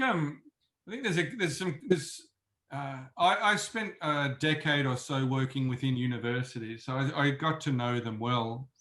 And they're kind of what I'd call a superpower. They're like an airport. You know, you go to any airport on earth and it's the same. It smells the same crappy music, but beautiful architecture. If you go to a university around the world, they all feel the same. Like, I love going to the University of Stanford. I actually love going to universities more so just to walk around them. You know, they've all got character, but they're all kind of, and I call it a superpower. And theoretically it's called a superpower. And then there's a concept of folk power almost, which is the local and so forth. I think there's just this huge opportunity for universities to rethink themselves, to be connected. So there's a one part of this, which is I think when I spoke to one of the team at yours at the university, we were talking about students in China, San Francisco, and in Moscow, and this connectivity between these common sites. There's just this huge. If you step back, you can easily think about creating a global brain of students. You know, right now students exist all in these patches, but and it's more than just going beyond Zoom or, you know, there's an actual capacity, there's an opportunity for the future of universities to restructure themselves to be learning in the real-time process of solving problems. And so if you sort of think about this notion of collective intelligence, the freshest, the newest, the most disruptive, the most annoying ideas come from students in universities who are really, you know, they're testing ideas, they're banging heads, they're debating, they're arguing. And in fact, we probably around the world want to increase that noise of students intellectually. There's probably been a culture of students, a bit of a silencing, but there's this real great ability and really great opportunity for platforms to connect the minds of students, not just within Moscow, not just in Brisbane, but in this sort of interconnected way. But the curriculum in universities, if you say the 3 core reasons you have a university, the whole birth of a university was to contribute to its local economy and its community. I mean, that's just the mission of the university, the community service side of it. But then there's research and then there's teaching and learning. So if typically you talk about a university having a service to its local community, its city, its and that's globally, all do. It's the airport, all of them do that. And all of them do that in some do it great, some do it not so great, some sort of use a different, you know, don't do great at all, probably. Then there's research, which we all compete on. And then there's teaching and learning. But just imagine if you could connect teaching and learning and action research in the process of learning on real world problems. So right now we have COVID. There's a problem there that's not just health, it's economic, it's mental health, it's physical health. Imagine bringing a bigger brain to it by being able to connect those emerging ideas and evidence-based ideas, but make it part of learning. So what I believe you're going to see in the next 5 to 10 years for university relevance, starting to see it a little bit with Singularity University, examples like that coming out. But universities, people want to be part of something with purpose. People want to be part of something where they're learning, communities of practice, and people want to be part of things which is actually bringing new knowledge, research into the world.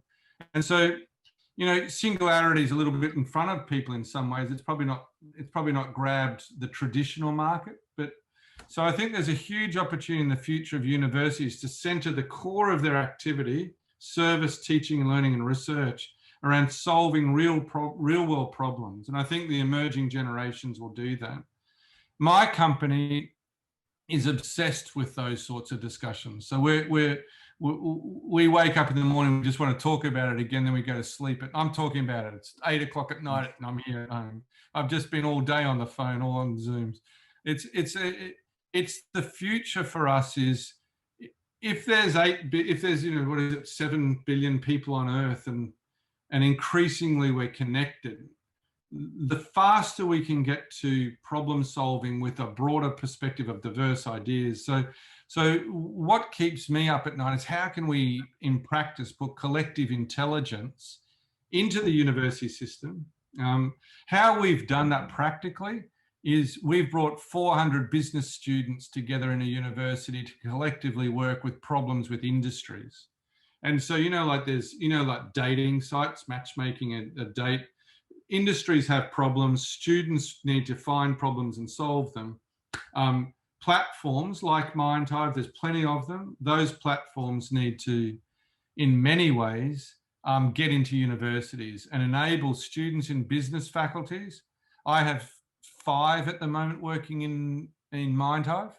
And those students are working on onboarding Deloitte, on working with American Express, on a whole variety of global companies, and they're in there working and solving problems.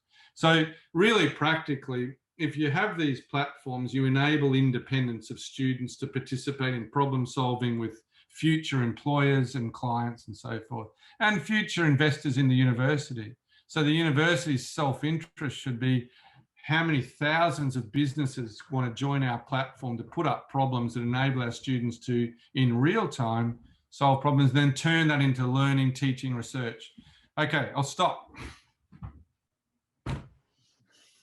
Yeah, I myself, as a vice director of an institute inside the much larger structure, High School of Economics. I understand what you are talking about, and I really liked your analogy with the airport, the airport model. We're all a bit the same, aren't we? Yeah. This is, we like to call it the railway station. Yeah. You talked about the airport, so I hope we'll meet someday at our airport. We'll be glad to have you here, and thank you so very much for your insights. Yeah, no, I enjoyed it. And make sure we have a couple more questions just to guys. Sorry, I just say make sure you make the most of third party. I know, and hopefully, when I worked in universities, sometimes there are bureaucracies that are slow to change and slow to get. Yeah. If you can use third-party innovators, you de-risk it and you enable that university to stay like that. But I just encourage you, there's a heap of startups in this space, and it'd just be so exciting for a university to embrace them and let them test ideas and all those, and more than happy to put ours into the pot and be a part of a test. But I just think universities sometimes end up being a bit staying in that slow thinking rather than letting innovation pop. But anyway, I won't go on. But thank you very much for hosting me. We have a few more questions, if you don't mind. There is another question from the live stream we have. I posted this also in Zoom chat, so you can read it, but I will read it out loud. So in case my connection drops, you can see it as well. From Guis Borisovich, thank you for your talk. To bring the number of investors you are talking about, why did you choose to develop a complicated shareholder structure rather than use an STO security token offering? How do I pronounce his name? I'm sorry, Danil. Jewish.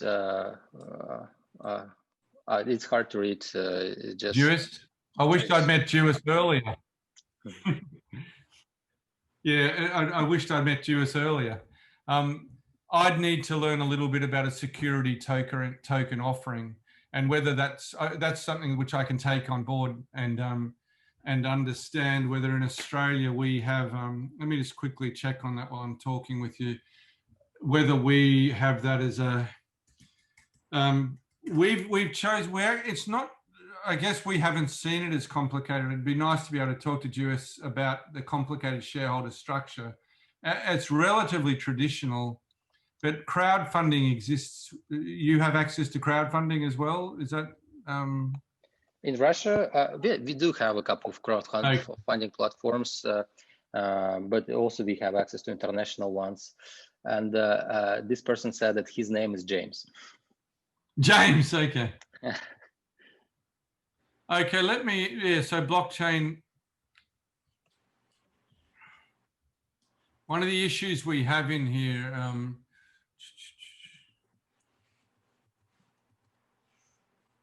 I'll just share a little bit here with them. Where there's a bit of a cautiousness at times with cryptocurrency and blockchain. But I'll do some thinking on that. I'll share this with James as well in the chat. But more than happy to sort of engage in that conversation. But we've tended to, it's interesting, my chair is the chair of a neurobank. And one of the issues is that she can't participate in anything with cryptocurrency at the moment. But I'd need to understand, I'm sorry to know a little bit more about security token offerings. I'm confident that if James is talking about this, then we'll probably be doing that in the next year or two. That's amazing. He's probably ahead of us. Yeah. Yeah, that's amazing. That would be excellent. That after some conversation, some audience giving advice to the speaker as well. Like it's just great. No, it's the way it should be. So yeah, and this is the power of like international communication and network. I have a few more questions if you don't mind. Sure. One of the person is interested about legal tech in Australia. For example, like, are there any automated systems to do some legal services, like, for example, Clerky in United States, where you can just go on the website and open your company, do bank account, and many other services?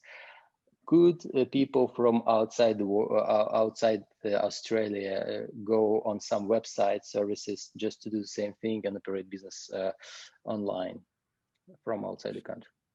I'm confident you could. And again, in terms of the mechanics of how that would happen, I can share that again with this person in terms of how best to do that. But I'm sure we have companies establishing themselves in Australia all the time. And in fact, it's encouraged.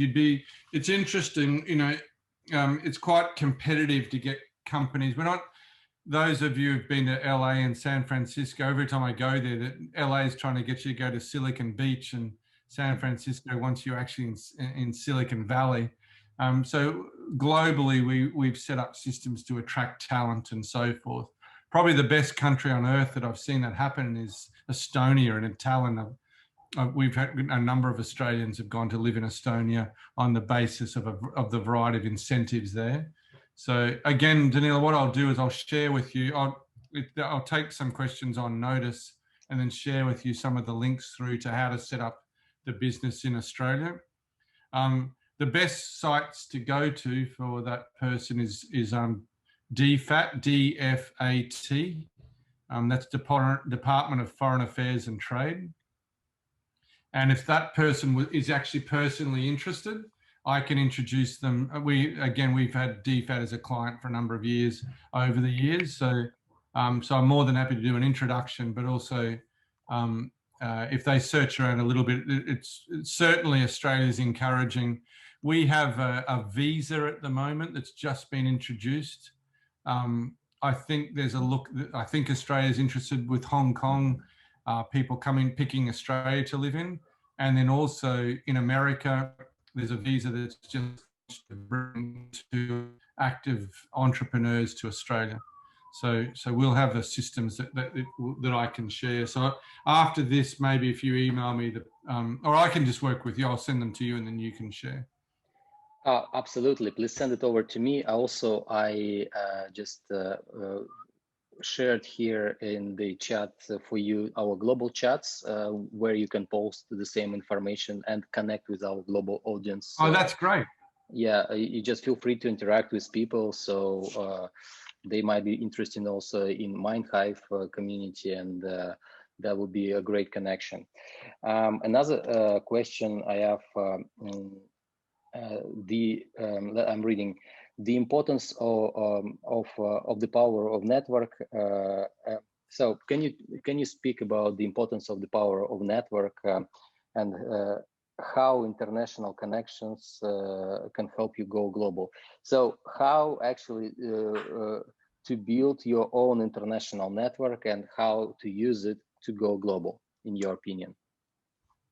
It's a question you probably, every time you look at your strategic plan, you ask, and I'm sure you do too. It's a evolving learning. I've actually just finished another great book. There's a lot of airport books where you buy a book in an airport and read it on the next trip. And there's quite a few around tribes and ecosystems and so forth. Probably the number one book that I'd share with people is Spider and Starfish. And Spider and Starfish is a great book. It's a fairly old book now, but it talks about the power of networks. And probably 15 years ago, I met a fellow in our mall in the city who was the chief of staff to a minister, who said that the power, we were dependent on funding and all these sorts of things. We decided to build a network of networks by looking at a common issue. And how we've done, it's not dissimilar to how you've done it, Danil, which is we've found that over time champions arrive who actually get committed to the same cause. So our cause is simply that there's a better way to find answers, and that's collective intelligence. This idea of a few people, a few experts sitting in a room getting paid too much by whether it's a consulting firm or in a university, the expectation of researchers and scholars. So we know that even through Google search, the keyword collective intelligence is moving very quickly to becoming more mainstream. But the network of networks model for us is to build out basically communities of interest and build two-sided marketplaces. So in MindHive, for example, we have what we'd say is our drivers and riders. We have people who want to learn and people who teach and consult and provide answers. So you've got a very good marketplace where people can receive a few different personal benefits. Most humans in most of our community want to network with other smart people. They want to get profile and stay relevant, and they want to make money. And so they sort of, those three things drive self-interest, and self-interest drives collaboration. So we've talked interestingly, we've talked about, do you need to set up do you need to set up offices in other countries? We've decided at this stage, we've been approached by India, whether they could look at having a MindHive India just for the country. We've been approached by a global big four company. Can we just have MindHive just for our company? But our ambition is to actually have a global collective intelligence platform. And so you often, as Danil, you'd realize you get challenged by potential sidetracking ideas, which would turn us into an idea management software company where we build software for companies, which is a cool thing to do. But we want to be better than Facebook type of thing. We think that authenticity, we think LinkedIn is about how many certificates have you got. It's not really, if you went to a LinkedIn dinner party, it wouldn't be that interesting. We want to create a really interesting dinner party of a mixed, diverse group of people. And so we're really looking for a central element of curious people, not so much a professional networking and recruitment site. So if you looked at what's at the heart of MindHive, it's those people who are curious and those people who are looking to contribute. So it's an ecosystem with a common value system where we talk about three elements. We're abundant thinkers, we're achievement orientated. Our goal is always to be altruistic with our time as well. So we have 3 A's, and so build a culture, find the champions in each country. we're raising a couple of $1 million. I could send you our clip. It's very cool. We filmed it up at the beach. In terms of the story of MindHive, I'll send it to you anyway to share. But we just finished filming it. It's only a few minutes. But the biggest thing is that we think that it's about 150 countries, and I think, Danil, we're not dissimilar. You're talking about an ecosystem of innovation and innovators and entrepreneurs and learning communities, and so I think there could be a number of these in different ways. You can belong to many tribes, and so for that person, I think it's more finding the core reason and the problem, I guess, and building platforms in this case which are intuitive, nice, fun to be in, and so forth. So I'm not sure that was a bit of a scrappy answer, but hopefully it touched. No, it's actually a great answer, and I completely agree. In my opinion, the power of network is highly important for any businesses and for any person who would like to succeed in whether it's a career approach or you want to build your own business. But the network is opening you doors, and also gives you expertise, knowledge, and opportunities. And the sooner you start building your own network, in my opinion, the better, the stronger your network will be. But building the network is also not only taking from the network, it's also giving back to the network. And what you are doing at MindHive is absolutely amazing as well. On this note, like I would just, since you touched on MindHive, what would be major description of MindHive you would like to share with the audience, and how people would be able to join your community that you're building in Australia?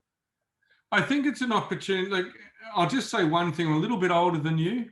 And one of the things that you're doing, which is really impressive, is you're taking, I call it a long game.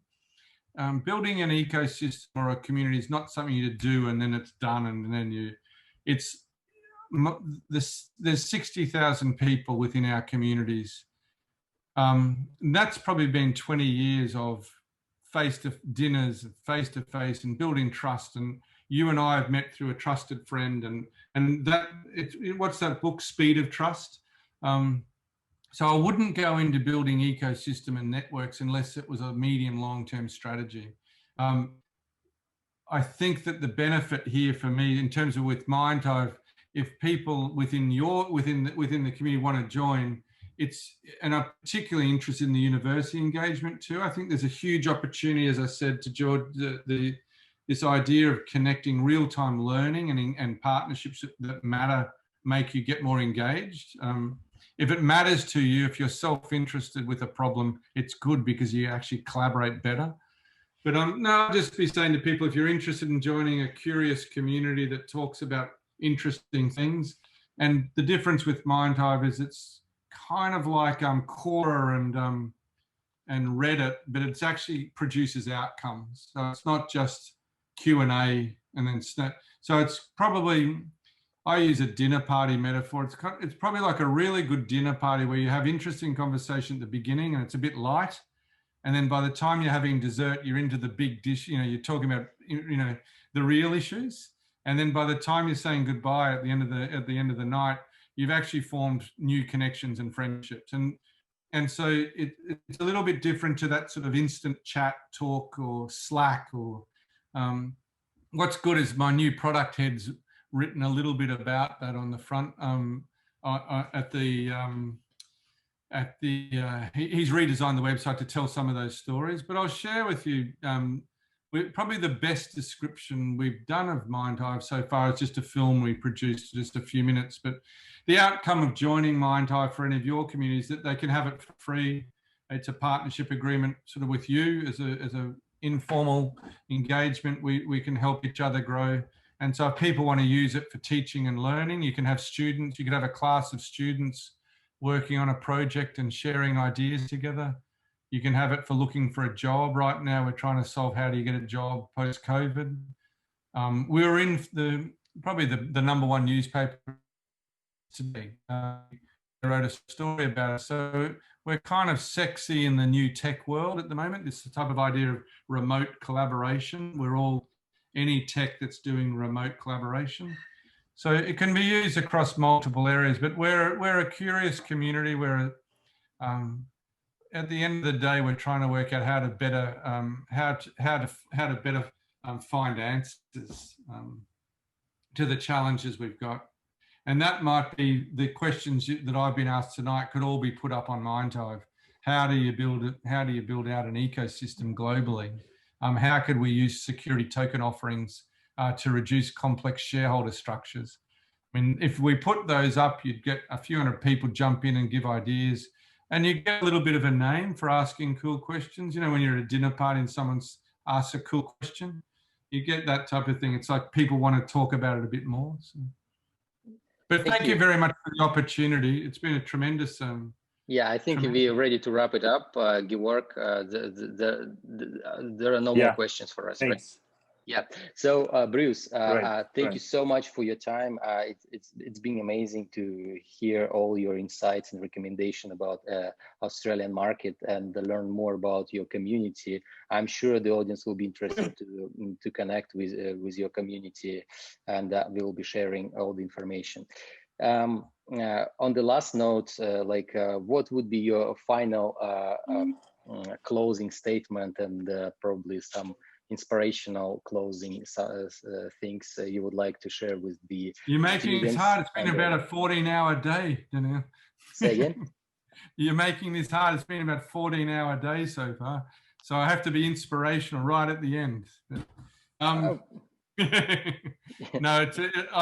I think again, it's just, I said this to some people last week, it's just find your passion and chase down the passion. There's great I'm a bit of the optimist side, which is in a difficult time like now, there's great opportunities for us to rethink how we can connect and how we can do.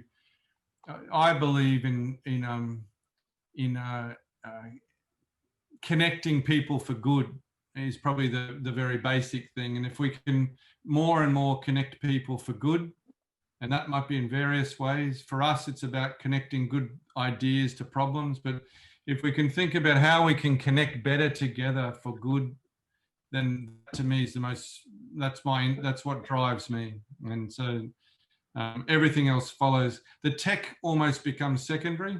The passion and the desire to have a better world is what drives us. So if we can answer questions which have been considered to be unsolvable, that might be issues to do with health in communities, aging populations, our own families. If we can just bring better and faster and more interesting voices to the problems that matter to you and I, then that's the contribution we make to making the world a better place. And that was Bruce Muirhead, the founder and the CEO of MindHive community in Australia. Bruce, thank you again so much for joining us today, and have the rest of your evening. Have a great one.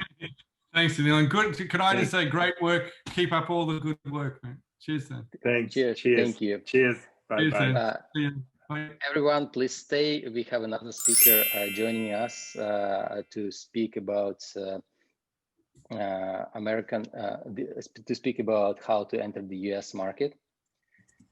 And I'm letting Vilma Khmaladze from New York, not New York, she's actually in Maryland, close to Washington, DC. All right, I'm letting Vilma Khmaladze to join us. Vilma, can you hear us? I can. Let me Right. choose my video. Hold on, and I'm gonna start. Yeah, awesome. Good to see you, Vilma. Vilma is connected to us from the United States. She kindly agreed. It's very late or very early morning. Very early. It's not late. Yes. Yes, and I would say that Vilma is a great entrepreneur who has a lot of expertise in many areas, including health tech, for example, and she is a very knowledgeable person in fundraising. She's being a mentor at tons of different startup sessions, and she can give you recommendations, a lot of recommendations about how to enter the United States market, for example. She's been recently a mentor at IT Park at Uzbekistan, and it was posted on Forbes about her mentorship and connecting with startups, which is great. And she's helping our community as a leader in the United States. I'm super excited to have you, Vilma, here, and please introduce yourself. Today we want to speak about how to enter the United States and hear from you some insights and recommendations about that. The floor is yours. Thank you, Danil. So the first question, actually, who's gonna run the slides? So it's technical question, me or? Usually, I mean, you can do it, but if you need help with that, I'm happy to help. You can do if you want, because it's gonna be from one source, so I'm fine. So it's my pleasure to be here. It's really interesting, let's say, people I met in Russia, in Uzbekistan, in Kazakhstan. And for me, it's very great to know how many young people with good ideas, with very good understanding how technology is working, and with big ambitions to penetrate different markets. So for me, it's really a big deal and great pleasure to be here on this conference. I have 20 years of experience. So in 1998, I came to United States, and I became developer. So basically my career in United States started as a software developer. After 7 years, I moved back to Europe, where I'm from originally. I'm from Lithuania. And I became like a managing director of a big company from United States, basically CSC. I helped them to open offshore office in Lithuania. And in 2010, I moved back to United States in Maryland, next to Washington, DC. So, I opened with my partners and established the first startup. So it was really big and a long journey for me, because we just had exit before COVID with our startup. So I know startup inside out, how to do that, how to manage that, how to get funds, how to work with teams, and so on and so on. So nowadays, I'm a member of a dental advisory group of Go Global World Startup Community and many other communities. And I'm very proud to be part of this community. So this is probably short introduction, and we can jump on the slides and review what we're going to talk about today. Yeah, just a few more seconds. The slides are being downloaded because I haven't downloaded them in advance. Okay. So no problem. My connection is slow. So I can I can talk a little bit what it was startup all about. So 2010, it was like really new market. Not many companies knew how to run startup from A to Z. We just knew that we want to have a company. We knew that we have, what we want to do, because one of our partners, he actually found us, me and my husband, who is a solution architect, basically the technical person who can put ideas into technical solutions. So medical doctor contacted us and asked to help him to develop electronic medical records. So at that time, we knew that it's going to be a huge project, and we didn't know how to approach. So we said that we're going to approach with little things. So basically, we're going to start with MVP, which means prototype. That's basically the proof that you can do what you are, telling that you can do. So basically, at that point, what we did differently, what it was on the market already, that we put voice over what the doctor is telling to his device, basically phone, or it was Android or iPhone, it doesn't matter.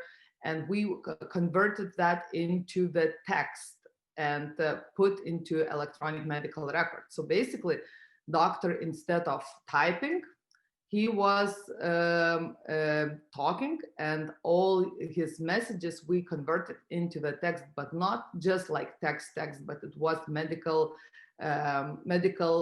terminations, basically. So that's what it was. And we were very successful. We were the first who did that. And that's how we started our journey. So today we're going to talk about startup businesses in the US market. So let's move to the next slide. So what is the startup business? And I can see that you have like some like weird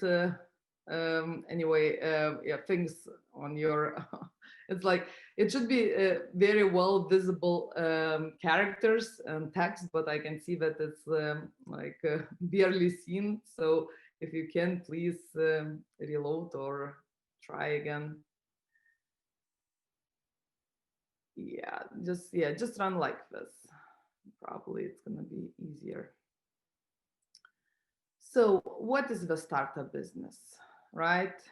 So basically, this is the entrepreneurial ventures. Usually it's like single or handful of founders. And most of the time, they have like on the team the person who knows the market. So in our case, it was electronic medical record, and we had medical doctor. So we used all his knowledge. It was a young guy who just graduated medical university and knew what he wants to do and what is missing on the market. Early stages or its development. So basically, it's small teams, limited budget, no office, lean management, and until we're gonna prototype or create the MVP. So basically, developers we need, right? So it's gonna be developers. The business perceives a market demand. So basically, a successful focus on filling demand or gap, which is on the market. If no demand, difficult gonna be penetrate the market, right? Also, competition is very aggressive everywhere. So you really need to understand if market needs what you are creating, what you are developing, what you are trying to accomplish.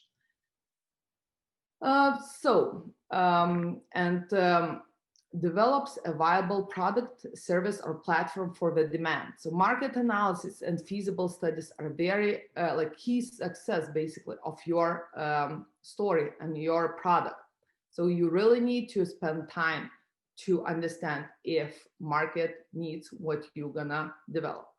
Next slide, please. So entrepreneurship in the US. So we're gonna talk about entrepreneurship and its role on US market.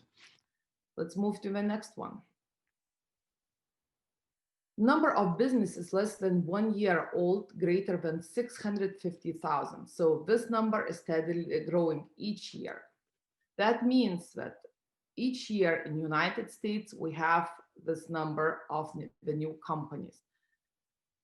We can see boom in a new startup businesses since after economy recovered in the US at 2010. After recession, the US economy saw great investment into startup businesses. Exact number of new businesses depend on industry within the market. Typically, we can see significant increase in healthcare, consumer products like food, and consumer products like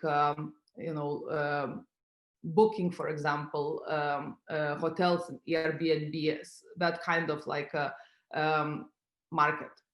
So the increase is greater than 5% each year. Jobs created by businesses is growing consistently since 2010. So startups creates creates basically jobs. What we can see lately in United States that we're all the time short on IT, basically developers. That's why a lot of companies are outsourcing. That's why you can feel that, let's say, Eastern Europe, Asia, like receives lately a lot of offers, and a lot of companies want to move to these countries because we are experiencing shortage in these kind of resources within the United States. So jobs created by these businesses has grown consistently since 2010, which means that when we started these startups and people understood how to run the startup, not just like, how we were beginners, for example. We were one of the first who actually started that kind of business, who understood how to collect money and how to get finance. We understood that this is going to be a big thing and different what we were doing before. And this was new, not only for us, but it was new for our founders, like other founders as well. So we had our journey to learn how to make a startup to a successful company. Why it's United States? Because there is a large customers and consumers base, both B2B and B2C. USA is probably the highest consumer market in the world. At the same time, USA is the biggest technology market in the world. So, as you know, like B2C, the startups grew up like DoorDash, Uber, Airbnb. Some examples of B2B I can talk about. So this is healthcare records exchange hubs, artificial intelligence technologies in radiology, automation of processes, cloud computing, and so on. So it's really big opportunities, and you need to understand what market is looking for and what you're going to try to develop. Large pool of investors within the USA market. More than 150 billion invested in startups in 2019. So basically before COVID. There are different kinds of investments. Family and friends. So that means that people who you know, seed angel investors, grants from government, venture capitals. So it's like different opportunities you can find in United States in regards of investors. And considerably short time to seed investment. So basically, it depends on what you are trying to develop and what kind of amount you are looking for.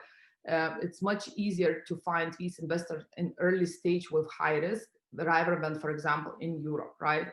So USA is more flexible. They understand how to invest, and they are open for high risk. Next slide, please.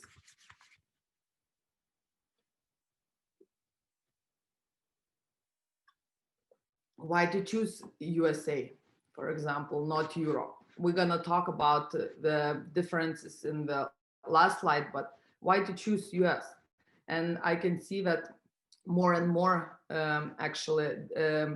entrepreneurs and startups are looking into USA, even if it's like Asia or it's Europe.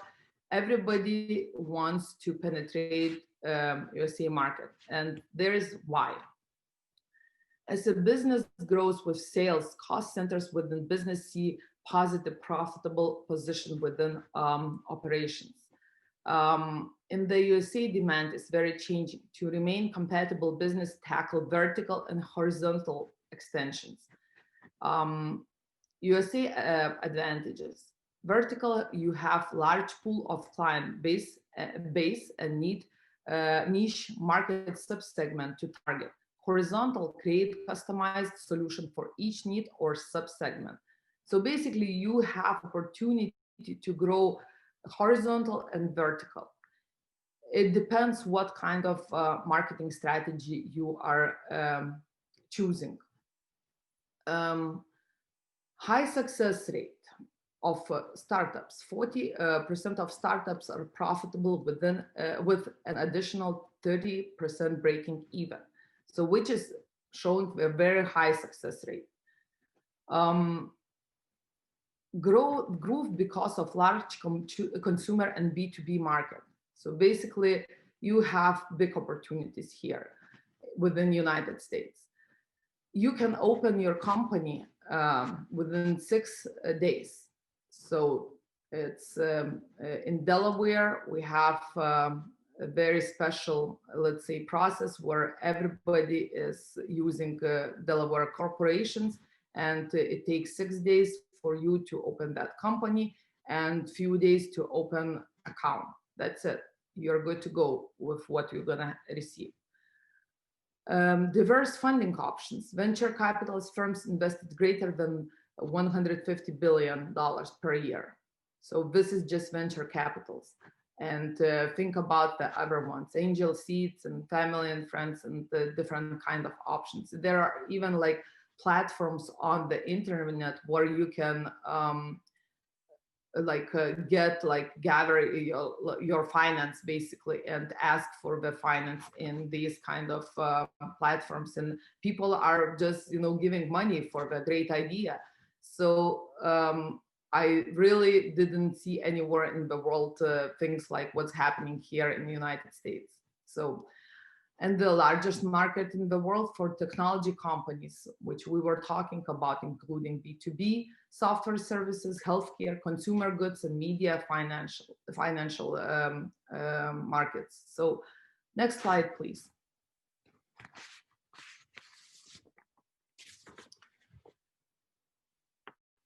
Risks within the USA startup market. So of course we have risks. It's not so smooth everything, and we have some risks, and we need to think about them before we are opening company and starting our startup in United States. So it's high startup cost depending on the industry. Of course, I can talk more about healthcare because I've been there, done that. So it's a lot of licenses, a lot of certifications, a lot of like certifications, not only as a company but as a product. You need to prove that your product is safe to use in the United States. So it takes money, it takes time just to get through approval processes and for getting these licenses. So high payroll costs. So basically we talk about the shortages of the developers, for example, in the United States. And even if you're gonna find them, it's really high salaries. So just, I know that a lot of people are from School of Economics, so we're counting money, we are counting like numbers. So just very low, let's say, salary for IT, like developer, software developer, is $100 per hour. So this is if you're gonna, pay hourly.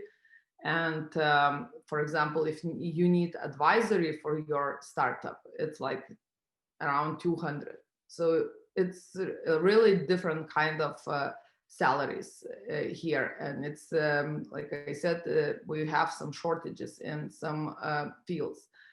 And highly competitive environment. So a lot of companies are coming to United States to penetrate this market. It's not only let's say US companies, but it's and it's of course US companies national wide, and worldwide.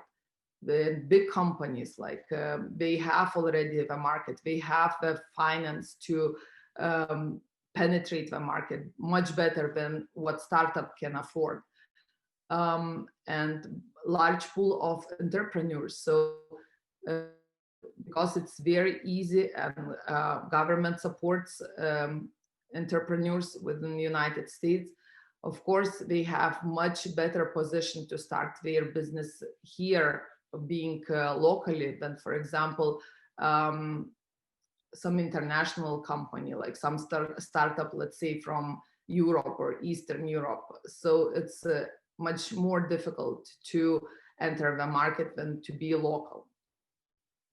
Next slide, please. So USA vs European Union.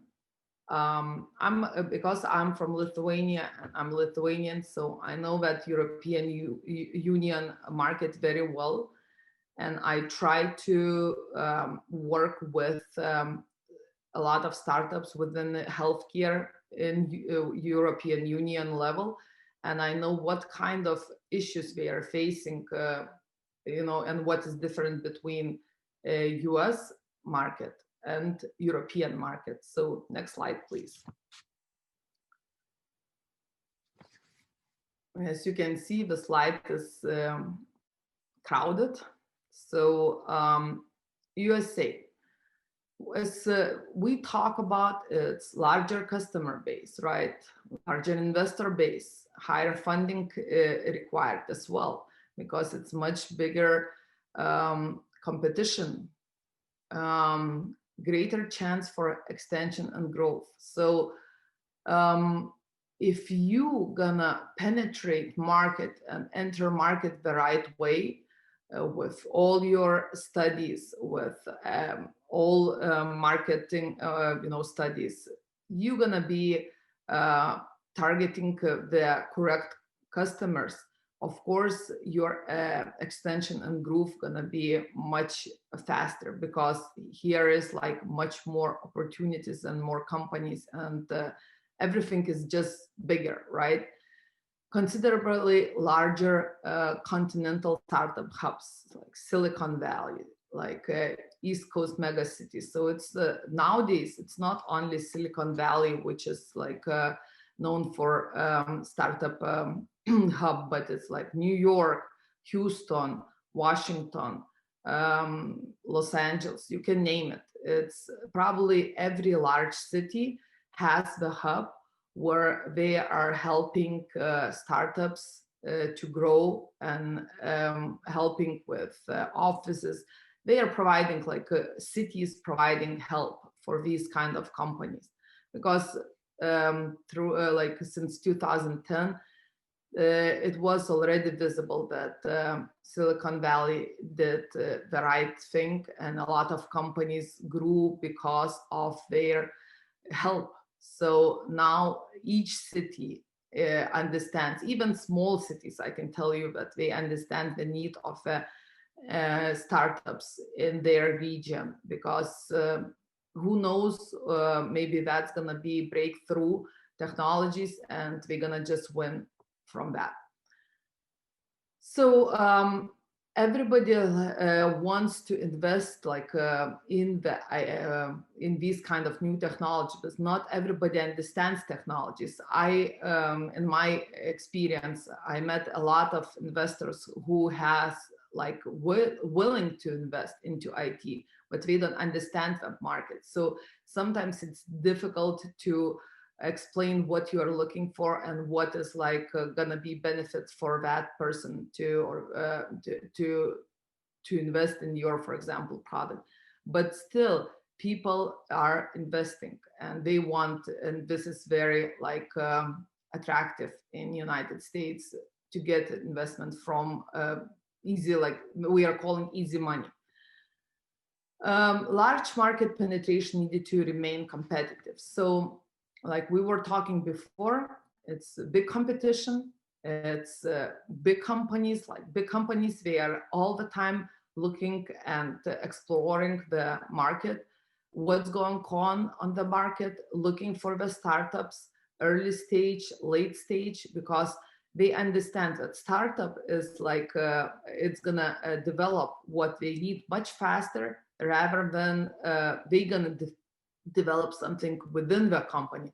So what we can see that big companies are acquiring startups, and they want these kind of products to belong to big companies. So it's sometimes very difficult to stay like independent company if you want to remain like startup and then independent company. So most of the times big companies acquiring smaller companies. More focus on sales, because US, it's all about sales. It's all about how much you're gonna have, like what kind of profit you're gonna have with your product, with your services. So, and this is actually a difference from European Union, because in European Union, majority of investors, they are looking for the proof of concept, for the quality of the product. They are concentrating on the product itself more than on sales, because they know that that's gonna be like sold if that's gonna be a good product. Let's say I can talk about healthcare, and I'm gonna talk about that when I'm gonna touch European part. So consistent growth required in single large market. So of course, US, it's like one country. Even if it has different states, you can, you know, sometimes we're looking at that like little countries, but it's still one country. And you have the same kind of laws in all states. It's like if you have certification that your system is working in United States, it's approved to work in United States, that means that you are good to go to any state. It's going to be New Jersey, Montana, or, you know, Florida. So it doesn't matter. Where Europe, it's like every few hundred kilometers, you're going to have different country, different certifications, different government, different laws. So that's where your startup will spend money and time just to get things done in that local market. So what I'm offering and advising startups, which I'm working with, that European market you can use as a sandbox, as a proof of concept, and then move to something bigger. And of course, it's United States. So let's move to Europe. So Europe is, of course, smaller customer base, but it's more stable investor base. So like I said, if investor decide to invest into your product in European Union, that that investor will guide you, help you to be successful. So for that person, it's really, for that investor, a company or person, it's really important that your product will be successful, and they're gonna put all their network and everything to help you be successful. Smaller pool of hubs actually for the startups. It's London, Berlin. Now I can see that a lot of Eastern European countries trying to create the startup hubs, but for them it's like something new. So what I can see, the same situation we had like 2010 in United States, what we have right now in European Union, Eastern European Union, let's say, because Poland, Estonia, Latvia, they are trying to create these kind of startup pools, but I can see that mentality of entrepreneurship, it's still new in these countries. Funding, strong accessible funding options. More or less funding is going through the European Union funds and grants. So they have criteria, like strong criteria and strong, let's say, rules how to apply for these grants. So you need to spend a lot of time just to apply for the grant the right way, which in United States, it's much easier. What is, I'm not gonna read all these items because you can read yourself, but what I'm gonna talk about, for example, from my experience. So we were electronic medical record company. So what we touched, it was very sensible information, right? People and their like illness, like whatever diagnosis they have. And as you know, this is very private information. So you need to prove that your like databases, let's say, and records you have, that they are very secure and very safe. Because in United States, you are paying just $10,000 for one record. If somebody, for example, gonna, I don't know, steal that record from your database, and it's gonna be proved. So you can imagine if you know, a clinic has like 10,000 patients, multiplied by 10,000. So if that's gonna happen, you can close that company immediately because you're gonna be bankrupt, and you know, you're gonna have a lot of issues.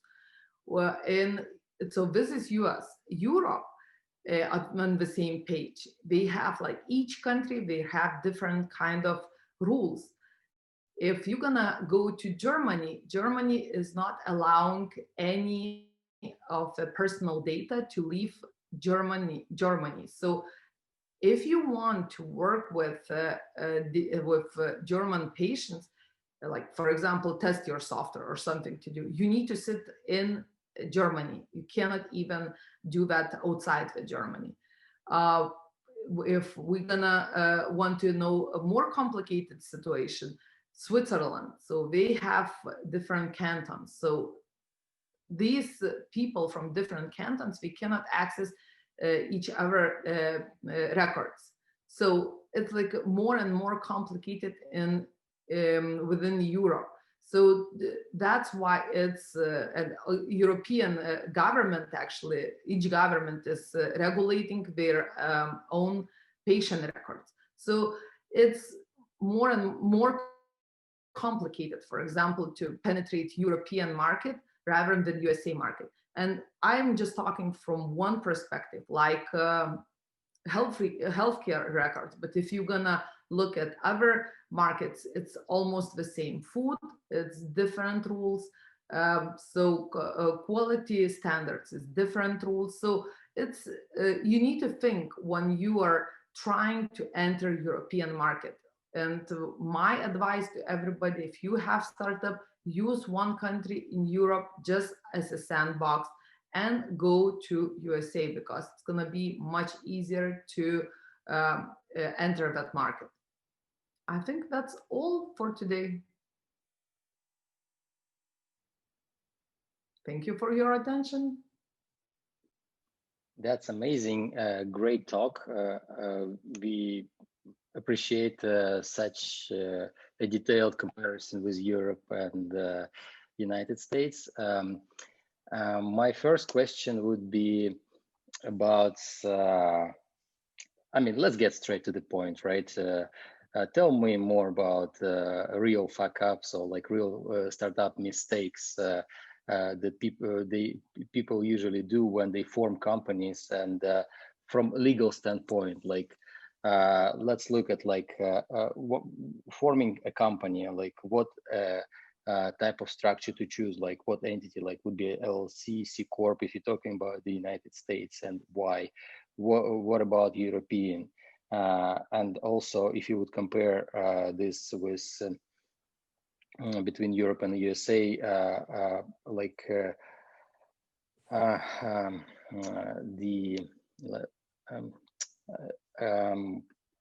equity. Yeah, I forgot about that word. Like equity agreements stock option agreements, right? Probably bylaws and all those typical questions, the typical mistakes people usually do, in your opinion, and what they should avoid, all these legal errors they they usually have. You know, it's like we can talk and talk, and I can tell you even what mistakes we made. So, for example, company is not a big deal because you have a lot of advisories, right? You can find in United States. Nowadays, it's like everywhere, I can tell you. So they telling and advising you what kind of company to open. Everybody, like I said, going to Delaware C Corp, and you know, they are and actually opening these companies like for the product, right? So it's very important actually thing to know that you need to, if you have, for example, 2 different products, right? It's better to open 2 different companies, not one company, because you're gonna ask one, you know, investors invest in one company and another investor invest in another company. If you're gonna have one company, you're gonna mix them and you're gonna be in trouble very soon, because one investor will invest in one product and another investor will invest in other product, and then you don't know what kind of like at the end you're not gonna have any stocks or options for yourself, because you're gonna just give, you know, your shares to somebody else. So what I'm advising all the time, if you have multiple products, open multiple companies. That will be much easier for you to understand and to give the shares to investors, and to, you know, you're gonna have larger pool of stocks basically. And it's like a big and like lengthy thing when you are going through re-evaluation. They are again creating new stocks. So it's like, it's never ending process, I think, and financial people know much better how to make that happen. For me, for example, it was when the first time I heard that our company is like worth $3 billion. I remember after 5 years, I was thinking, what is that? You know, it's like, who told you that? And actually, it was your hiring company is like giving value, appraising your company from whatever you have. I don't know what kind of formulas they are using. And for me, it was like, okay, what is that all about? So basically, reevaluation, you are putting new value on your company, and you have different kind of shares, and these shares again becoming more expensive. So it's a game, basically, financial game, which is very interesting, and for me still sometimes like a fairy tale. I'm looking at that. So in Europe, it's like they didn't know that before at all, how to do that. So it's like they were opening the same companies as, for example, you are new business person just opening company, and it was exactly the same, that you need to pay taxes immediately with not knowing even what you're gonna do, what kind of things you're gonna develop or create or something, and you know already that you're not gonna have sales for a couple of years, so you're just paying taxes. So basically in Europe it was very difficult to have these kind of companies for new like startup people, because nobody had, like a young person didn't have money to pay taxes immediately while he's or she's developing and preparing product for the market. So it's like nowadays I can see that Poland, like I said, I see that Poland is very aggressive in this kind of market. So Poland, Estonia, they are like nowadays giving you the option to create company like a startup, not pay taxes, but you still need to prove that this is the startup, that this is the thing what you just gonna develop, and you know, you don't have even like funding to basically hire people for your startup. So Nowadays, yes, they are much better. They have these hubs, and hub is giving you basically certification that yes, you are one of the startups and you belong to this hub. And of course, the like government is allowing you to have like some, let's say, 2 years release on taxes. So nowadays is better, let's say. Where US, it's already, you know, like a normal thing, like the everyday thing. You can, you know, just like establish that company and you're good to go. Nobody is asking you to pay anything until you're gonna have profit. Thank you. A great question. We have a few more minutes before next speaker is joining us. Georg, you have a question to Vilma. And just a quick. Yes, I have a question from the audience, a quick one. Where exactly should he incorporate a startup, his startup in US? Maybe a specific state? I didn't get the question. You are like breaking up. Where exactly should our listener incorporate his startup Delaware. in US? Is a specific Delaware. Specific state. He's asking Delaware. Yeah. Mm-hmm. Everybody's doing Delaware. So it's like, you know, that's the best. Mm-hmm. Okay. Any more questions, Georg, you have? No, I think it was nice. It was a nice talk. Thanks, Vilma, for sharing your experience. It was my pleasure. Much appreciated. It's the pleasure is mine. The pleasure is ours also. So I hope we'll meet again on other events, and maybe you can share something about what new came up from your amazing startup. Yeah, I have new startup again. So we're gonna meet and we're gonna talk about that. Okay, awesome. Thank you very much. So Vilma, before you go, thanks so much for your talk, and the practical advice is always appreciated. And please, if you don't mind, share this presentation on our global chats so community can connect with you as a speaker and learn more from you from this topic. And before you go, what would be your final closing statement, recommendations, or inspirational words for our audience and the students of legal management at the High School of Economics? Never give up. That's it. It's like you guys have everything. Brain, you know, you have options, possibilities. So if you have any idea, if you want to do that and you feel good about it, this is what I'm gonna do. You just need help, and don't hesitate to ask for help. If you're gonna talk to 100 people, you know what, 2 of them will help you for sure. So it's like just go and, you know, explore the world.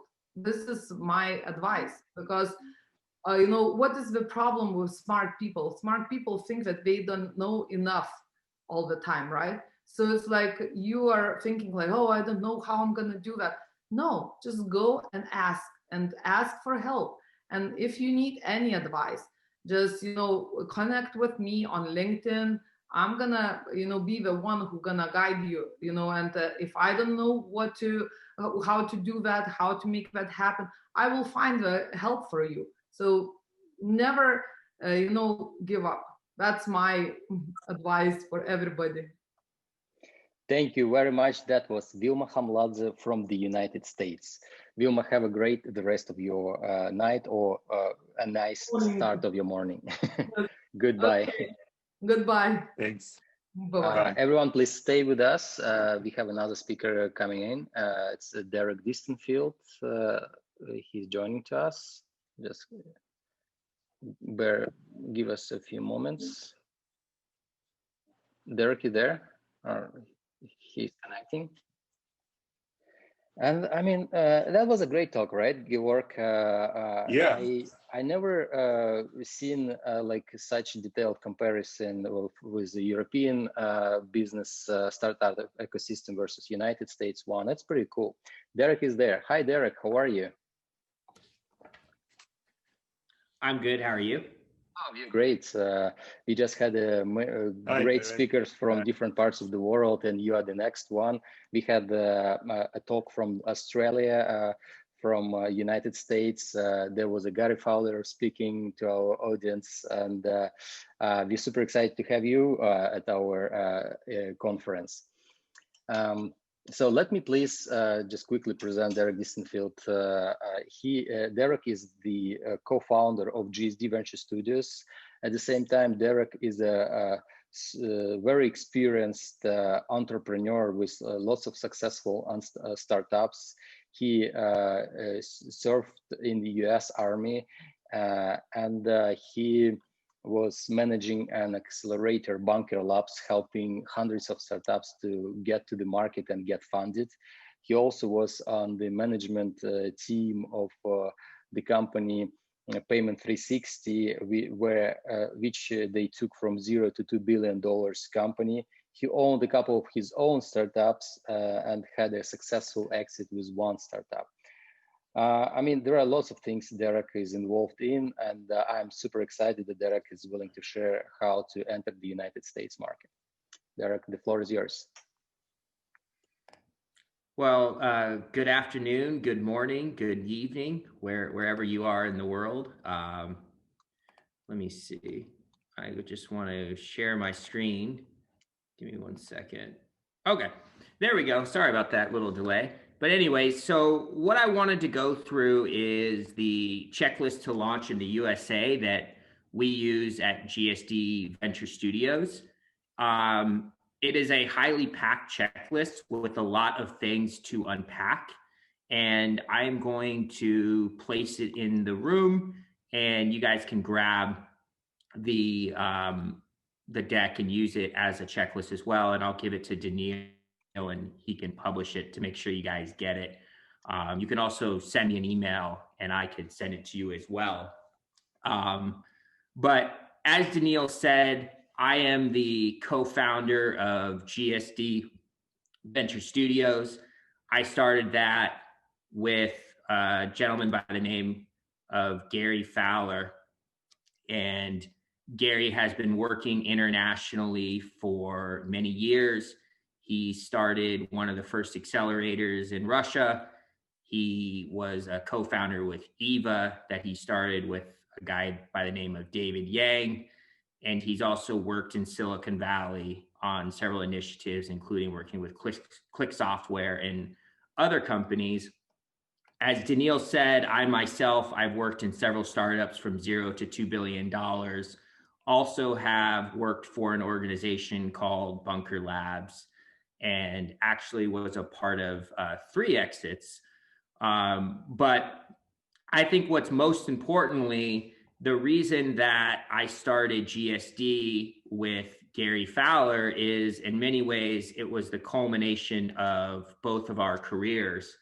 And we believe that intellectual capacity is evenly spread throughout the world, but opportunity is not. Another way of saying it is we believe that Silicon Valley should be a region of the world without walls. And we have been partnering with companies, not just from Russia, but the entire CIS region, to take them into the Silicon Valley as a port to the rest of the world. And so, although I'm not a lawyer and I don't give legal advice, what I do plan to give is both theoretical and tactical, as well as general legal information about how to enter the United States. And for some of you, some parts of this will be common sense, and for other parts, it will be a good reminder. And for some of you, it will be new information.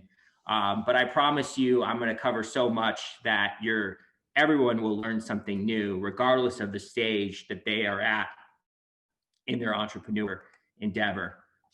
The first thing that I want to talk about in terms of how to enter the United States is the mindset. And if you were thinking that a guy from Silicon Valley or this amazing event is ever going to be the silver bullet, you're wrong. And it's incredibly difficult to enter a market, whether it's your local market, whether you're already in 2 or 3 markets, or you're going to a new one. But I do think that there is a frame of reference that I find very helpful. And it's called the Stockdale Paradox. And the Stockdale Paradox is written about in the best-selling book in the United States called Good to Great. And the Stockdale is a surname for a famous Navy admiral in the United States. He served during the Vietnam War, and he was actually a prisoner of war, kidnapped and held as prisoner for many years in one of the toughest prisons in Vietnam. And after he left the prison and survived, he got his PhD. And what he studied was why some people lived and were able to survive some of the hardest torture that men could take, and why others died. And he came up with 2 explanations, or 2 things that must occur in order for you to have survived those torturous conditions in Vietnam. And the first is, you must have the realistic expectations of what's actually happening on the ground. And so the people that said that they would be home by Christmas, or see their wife by their birthday, or be home for summer to go surfing, those were typically the guys that died and did not survive. They died of a broken heart, is what Admiral Stockdale determined. But he said the guys that said, hey, we're not going to be home, it's going to be hard, it's going to be difficult, those were the guys that survived. But they had to have one other thing coupled with that belief, is they had to also have the unbelievable confidence that you will survive. And I think that this is a great story in terms of the mindset that you must need to go global. You have to understand that it's going to be difficult, but you also must maintain your unbelievable, your relentless spirit that you will succeed. And that's how you ensure that your startup will survive. The second thing that I wanted to say is that entrepreneurship is a lifestyle. Certainly, whether you're operating in one country or many, you got to have the support of your family. And I don't necessarily mean financial support, although for many of us, that's sometimes the case. But I mean that you are taking on a lot.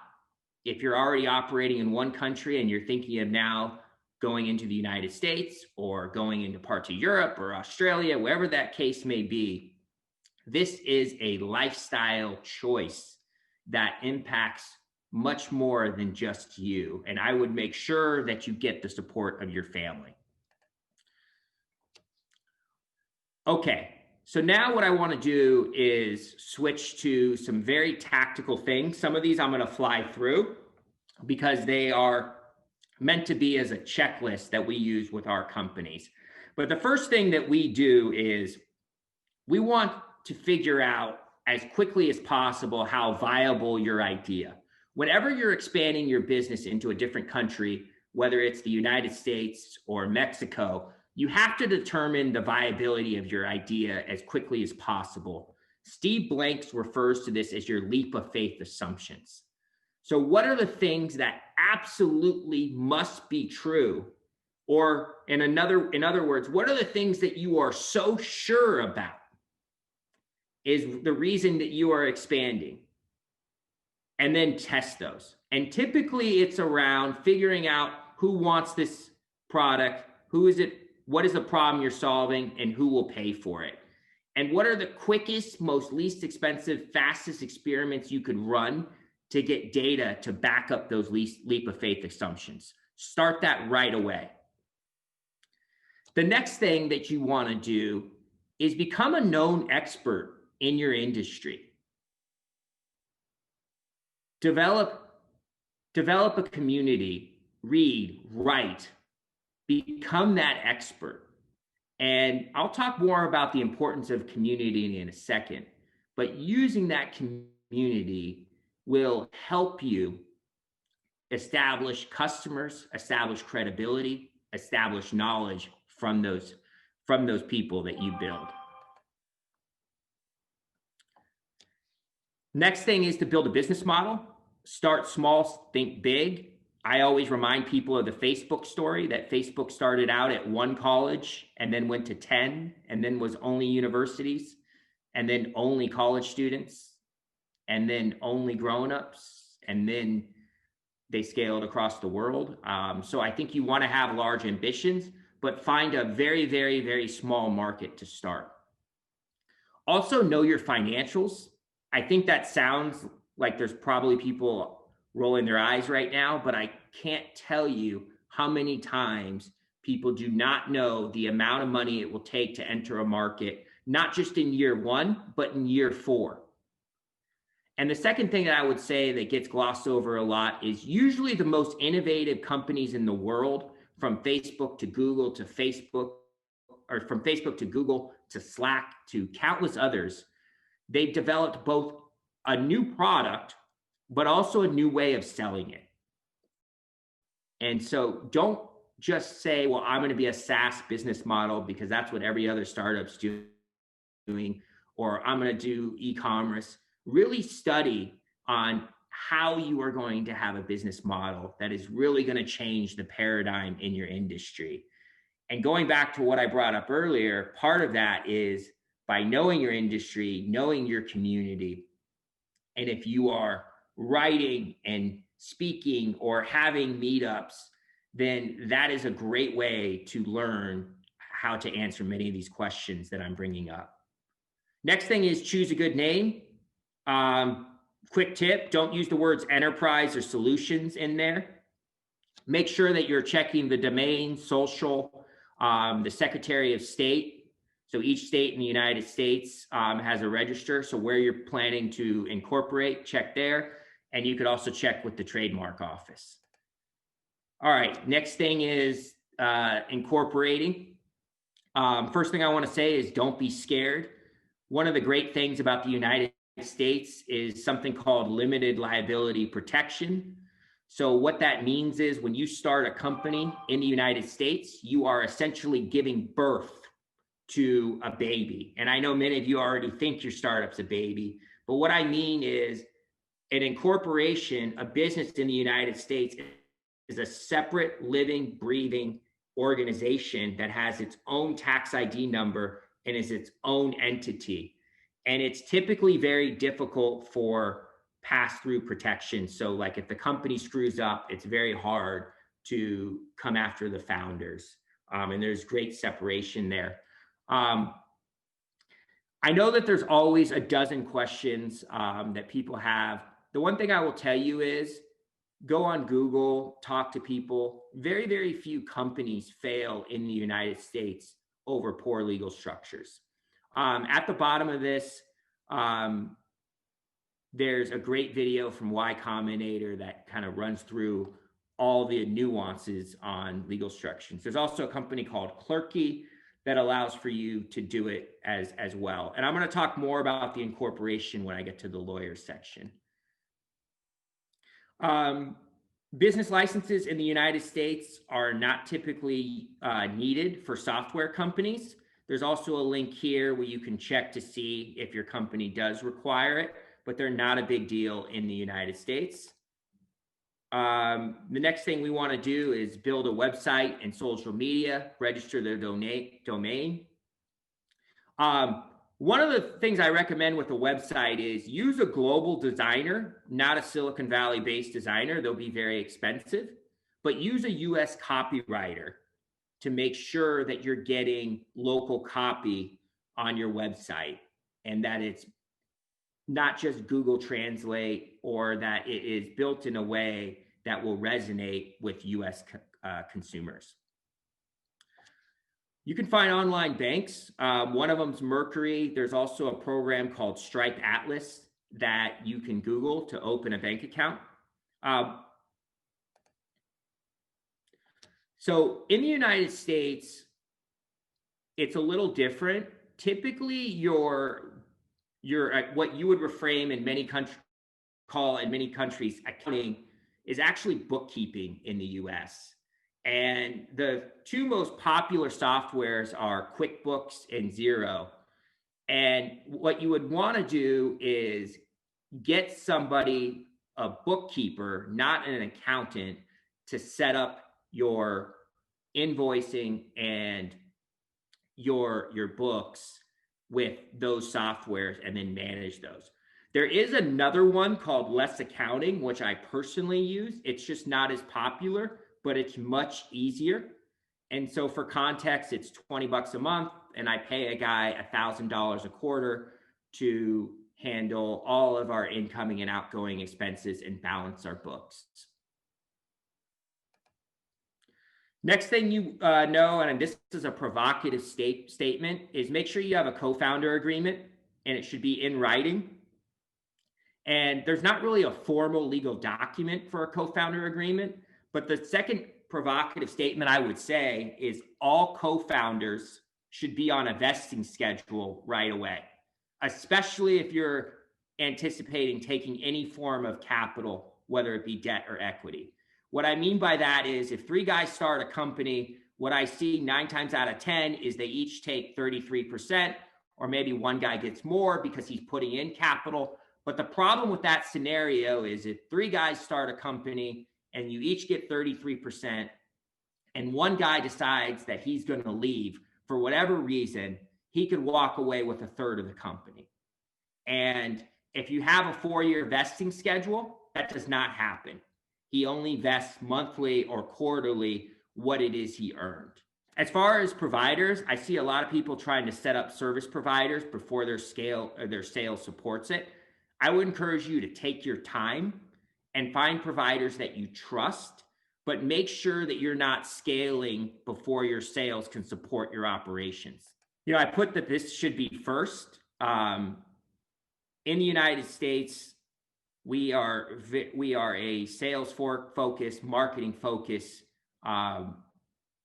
economy, and there's this thing that we talk about, rocking the pitch. And what that means is you have to be able to pitch your company. This does not just apply to investors, it applies to future employees, it applies to customers. There's a great video here on how to rock the pitch. It's 9 minutes.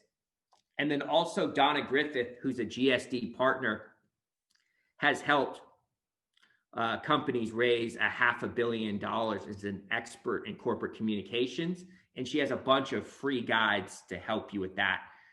What I would say is the most important part about the pitch is you just have to practice.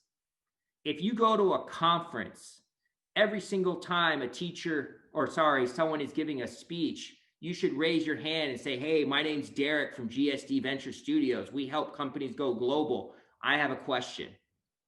After the guy's talking, you should go up and hand your business card.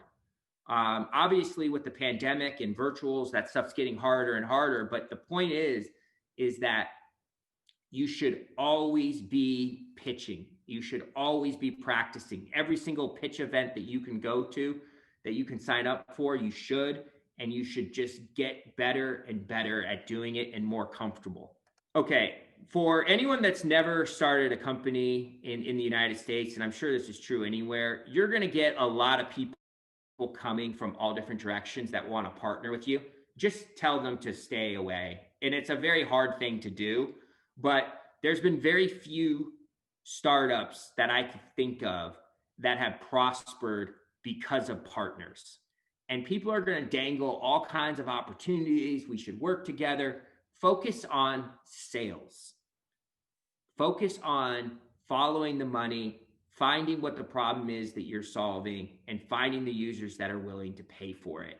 I would do that as close to the user as you possibly can. One, because I think it's more realistic versus a partnership that takes 3 years to close and now your business has run out of money. And two, the closer you are to the user, the more feedback that you can get to make your product better. In that lines, a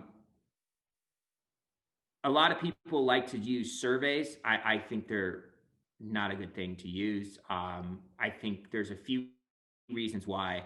Number one is usually the people that open surveys are your raving fans, the people that love you. The people that hate you, just delete them. So you're not going to get an accurate pool. The second thing is I think customers lie.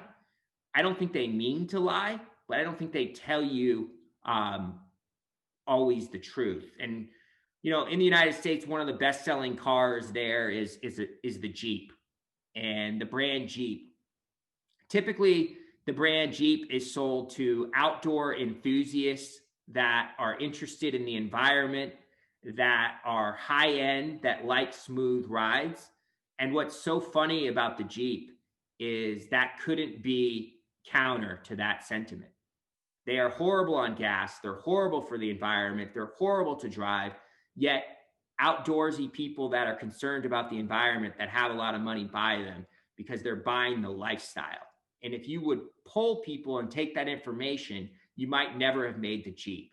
So I think you have to not necessarily think about surveys and talking to customers, but following where people are socially and what are they saying online about you? What are they saying to others? What are they saying when you talk to them directly? And asking them questions and asking yourself, what is it that you want people to feel and believe and say about your product? And how does that translate in conversations with them one-on-one? It's really hard to capture those things in surveys alone. Early on, what we tell our startups is cash is king, providing upfront discounts for long-term agreements. Another thing that we do at GSD, and I think you should do, is think about an advisory board. And I want to say a couple provocative things there. Number one is don't ask someone to be your mentor. As somebody that talks to startups all day long, it's a very uncomfortable position when someone calls me up and says, will you be my mentor? One, I don't know what that means. And two, it sounds like a really big commitment when you position it that way. I think asking people for specific asks and asking them how you can help them in return is a much better thing than putting a label like a mentor.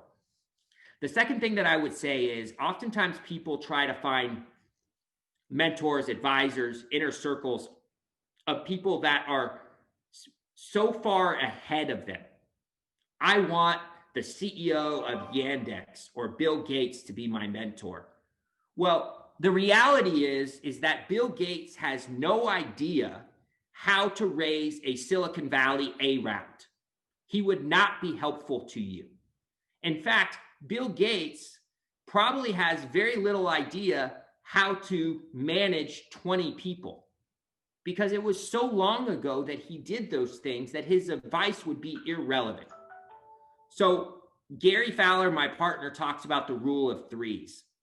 And what we talk about is you should find 3 people at least in your inner circle. Someone that is in your industry, that has relevant experience, someone that is in your phase. So if you're pre-seed, seed, A round startups, find someone that was just in that phase, like 6 months ago.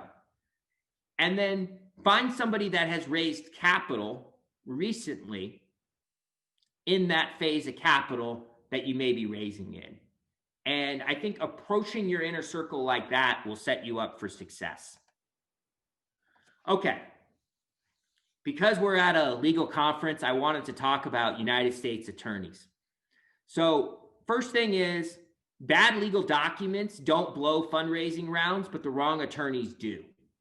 So make sure that when you're hiring lawyers, you are not hiring a divorce lawyer to work on a startup legal agreement.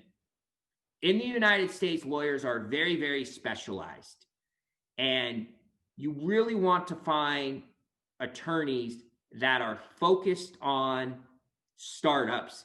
If you have a startup matter, when you're doing an IPO, you want to hire a lawyer that is focusing on M&A. Another thing is, as you know, U.S. attorneys are expensive. One of the ways that you can keep legal fees down is if you follow up quickly with lawyers. Because here's the deal. You're going to tell a lawyer something, they're going to have it in their head, and then they're going to ask you for 6 things to follow up. And if you take 2 months to send him those 6 things, he's already forgotten your case, and now he's going to charge you by the hour again to refresh his memory. So keep the conversations moving so you could stay top of mind and stay fresh in his head, and let him or her be able to quickly work on your case while they have it. That will save you time and money with the lawyers. The other thing in the United States, lawyers can be a great source of referrals, especially the large startup firms. So one of the things with startup law firms in the United States, like Cooley and Wilson Sonsini, are the 2 big startup firms in Silicon Valley. They are about as hard to meet as venture capitalists, but they are worth it. And if you can get connected to them, they could be a big, big source of referrals and help. And oftentimes those big firms will defer legal fees, meaning they will not charge you any money for the initial setup, as long as you agree for them to be your lawyer during the fundraising round. Now, a lot of times in the United States, when we're with GSD, we have a lot of companies that want a Russian-speaking lawyer that also can help them both in Russia and the United States. And what we always recommend, and what I've seen work the best, is either find a global law firm that's based in both countries, or have a lawyer from both countries on the team. I see a big problem when you have just a US guy that doesn't understand Russia, or just a Russian lawyer that doesn't understand the US. I think it's better to have one cohesive team from both countries. So now what I wanted to do is take a couple minutes and give you some tactical advice on how you can use a community to recruit, indoctrinate, and spread like wildfire. So this is a framework that I used when I started Cult Following, which is a marketing firm that created online and offline communities for both large brands and smaller brands in the United States. And that firm really was this framework where we would recruit users, indoctrinate them into paid users, and then spread like wildfire. And I just wanted to give you a couple quick examples of what I mean, both on a micro and a macro level. So here's a company here. I'm not going to go to the Facebook page, but this is a company called Hire Club. And a friend of mine, Keaton, started Hire Club. And Hire Club, oops, sorry about that, is a pretty straightforward company. They are a two-sided marketplace that provides career coaching for people looking for jobs. And when Keaton first started this, he had the same problem that any two-sided marketplace has, whether it's Yandex, Uber, or Hire Club, is you have to find, in his case, the coaches and the people looking for a job. And so what Keaton did first, before he built the website, before he tried to build anything, before he tried to sell anything, is he identified the problem, which was people need jobs, and people looking to fill jobs need to find those seekers. And so what Keaton did is he developed a community. And unlike Danil's Go Global community on Telegram, he built it on Facebook. And you could certainly use Telegram or WhatsApp or Slack or whatever, but he built a community on Facebook where he allowed people that were looking to have jobs filled post them. And he also provided advice to people looking for jobs. And if you check this link, it's a great community on Facebook, over 37,000 users, and they're all actively engaged. Once he built that community, then he launched this site. And so what was he doing? So the people that were offering jobs became the coaches, and the people that were seeking jobs now had a platform where they could get a little bit more help than the free community was providing. I think one of the challenges with any community, and Danil could speak of this better than I can, is you have to be disciplined with the community. So in Keaton's case, he had very, very strong rules that he forced people on both sides to uphold. So no recruiters were allowed, only direct listings. No formal ads were allowed, like Indeed or Craigslist kind of stuff, where it was very informal but specific ads. And he had lots of other rules. You have to apply to attend. You have to be truly looking for a job. So it is hard, but those of you that are saying, I don't know how to build a community,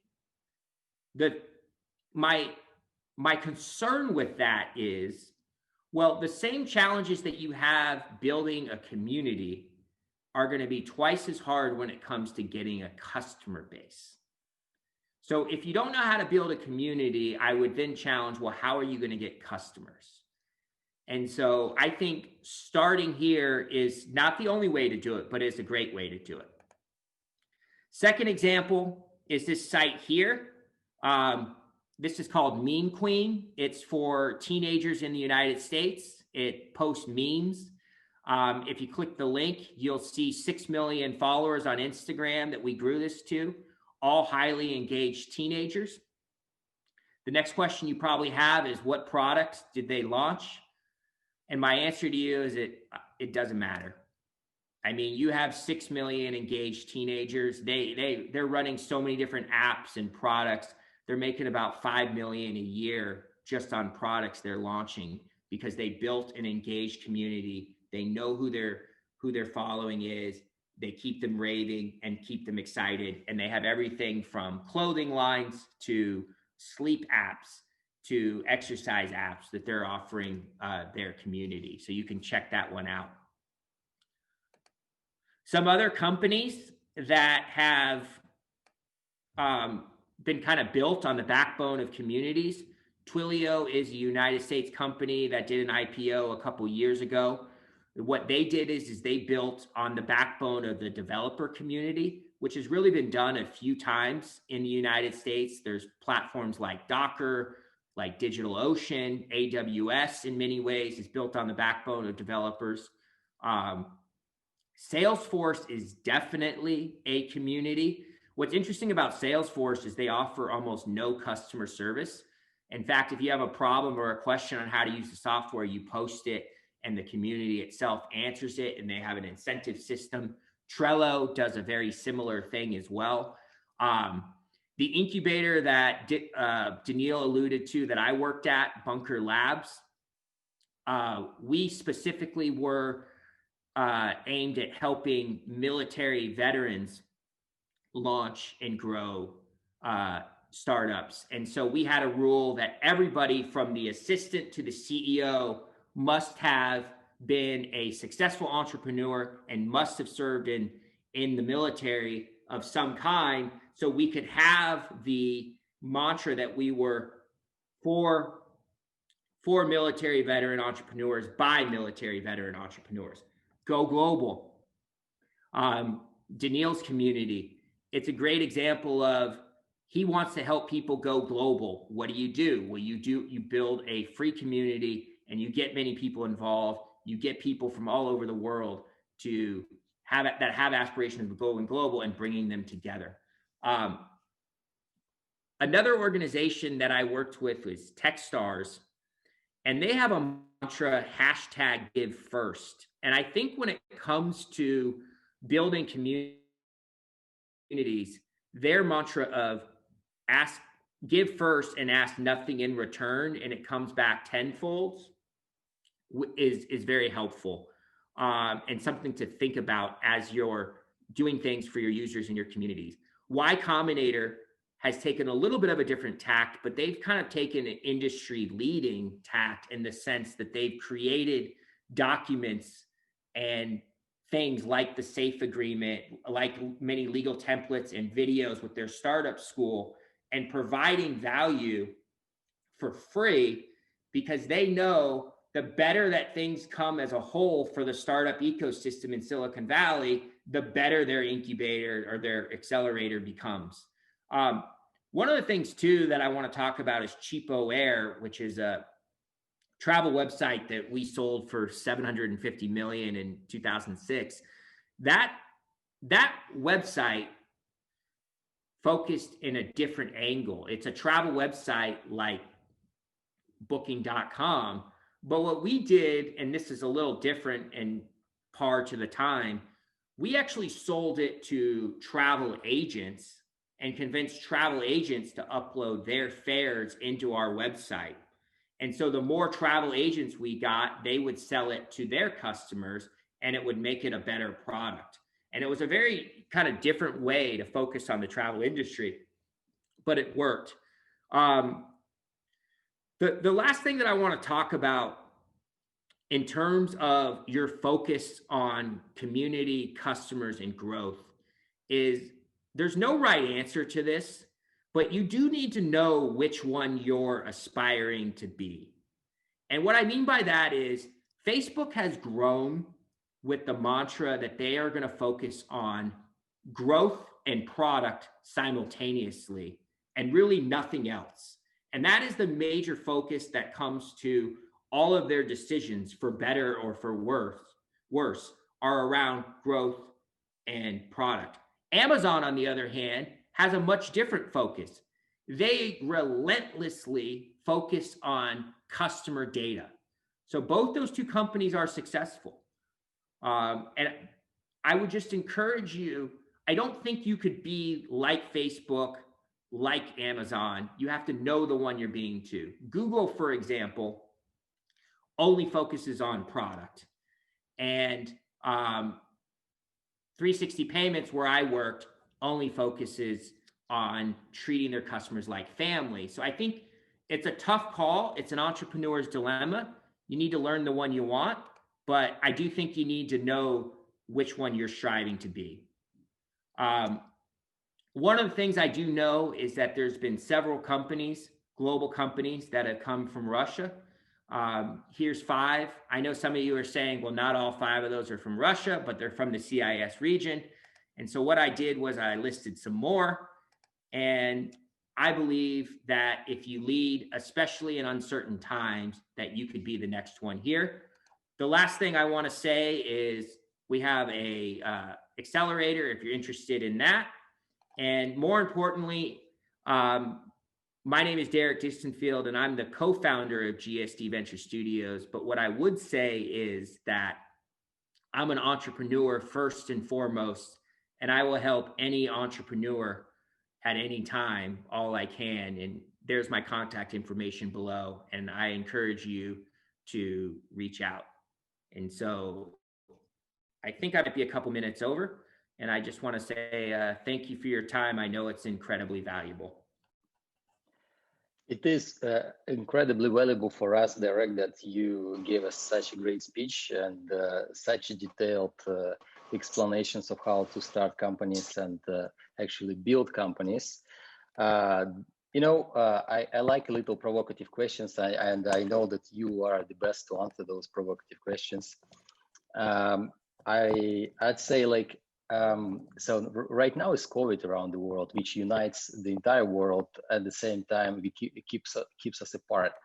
In your opinion, what is it a really an obstacle for entrepreneurs not to enter international market, not to enter the United States? Do you believe it's impossible to make sales outside, I mean, remotely, or is it like just you need to wait until the borders are open and you get to the United States market and then you just run your business? And so you see where I'm going, like what are the obstacles currently entrepreneurs are facing, and are those things are really the obstacles for them? How would the modern entrepreneur would run their business globally? Oh, I'm sorry, I'm cutting out. Like again, is it better? You can hear better me? Yeah, no, I think I heard. I think I heard you. I mean, listen, I think that, I mean, no one is excited about COVID. It has definitely impacted almost every country in the entire world. But what I would say is that you're going to wait for the perfect time to launch or start or expand your startup, you're never going to find it. And, you know, there were several startups that were built during the last recession, 2008, 2009. And I think there's going to be a lot that come out of this. I also think that you also have your ear to the ground. So you have to pay attention to what the problems are that people have as a result of COVID, because the world has definitely sped up. And I think the digital transformation that we've all been looking for the last few years is finally starting to occur. And if you're not cognizant or paying attention to that, you are going to be left behind. But I absolutely would encourage people to use the Stockdale paradox and know that it is a hard situation, but they have the confidence to succeed. Thank you. Georg, you have a question, right? From the students. Yes. Hi, Derek. Hi. Hey, how are you? Yeah, fine. Thanks for your time. Thanks for the amazing talk. And I have one question from the audience.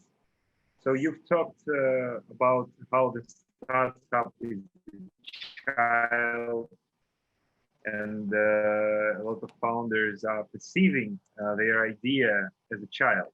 And what if it is, after some time after development, it is failing? And what if it becomes unfortunate, how to fall in love with the project and move on? Well, I mean, I think it's a hard problem. And I think, and I don't mean to sound like a broken record, but I think the Stockdale paradox does apply here. And that is, you have to be realistic to what is happening, but you also have to have the confidence you will succeed. So it is a balancing act. I think, you know, one of the things that I will tell you is there is this notion that companies just get successful overnight and that they just go like this and really are the ones that survived. And the number one job of the CEO is to help the company survive at all cost. And so I think that you should keep fighting for your child, for that startup, until you can't breathe. Or, you know, I mean, that's, we're using metaphors, but you know, I think you need to keep your startup as long as you possibly can, and you need to do everything that you can to do so. And if you're not willing to do that, then that's probably the time, because you're not going to succeed. And I always tell people that if you're starting a startup to get rich, you're in the wrong business. You know, there's real estate, there's banking, there's a lot of ways to get rich that I think are much easier than startups. And in fact, I will tell you that the way your income works in startups, it's much like the rest of startup life. It just goes like this. Studies, you should start your startup because you are so passionate about a problem that has to be solved. Danil started the Go Global community because he eats, breathes, sleeps wanting to help companies go global. And he is passionate about that. And he will do whatever it takes to help companies do that. And so if you don't have that from the beginning, I would do a gut check and, you know, do something else. Thanks for the answer. And that was Derek Distenfield, the founder of GSD Venture Studios, and a great entrepreneur I know. And the advice he gave is a practical advice. I encourage you to follow these recommendations because they are not taken from any books. They are all they are always collected from his own practical experience. Derek, thanks a lot for your great talk. It was amazing. I really enjoyed it, and our audience as well. I'm giving you the floor to close your own session, and you may share some inspirational words or give your final recommendations or wherever you think would be great for the audience. Well, what I would appreciate is some feedback on what I gave. I know Danil liked it, but I'd love to hear what everybody else thought. So I put my email in the chat. Derek@gsdvs.com, Derek@gsdvs.com. If you could just rate it from 1 to 10, I value that feedback. And I just want to thank you guys all for taking the time to listen. Bye-bye. Thank you, Derek, and have a great rest of the day. Thank you. All right, bye-bye. Bye. And now we're approaching our final talk where we would discuss how to start a company and how to begin your company from idea to a successful launch. And this is what I will be discussing with you. Let me share it. So I will begin from the beginning again. Just let me start the slides. Yeah, I mean, Georg, it's just such a great conference. Like it's like time is flying, and time flies by. We had speakers from Australia, from the United States. Derek is American, but he's currently in Moscow. Like it's already like global speakers from different parts of the world in all time zones. It's amazing. Yeah. All right, so I'm gonna share the slides. Just a second. All right, so I'll start from the beginning. We were during the conference. I had already a few slides like that, but I will just repeat a few things quickly. First of all, my name is Danil Kislinskiy. I'm the founder of Go Global World community.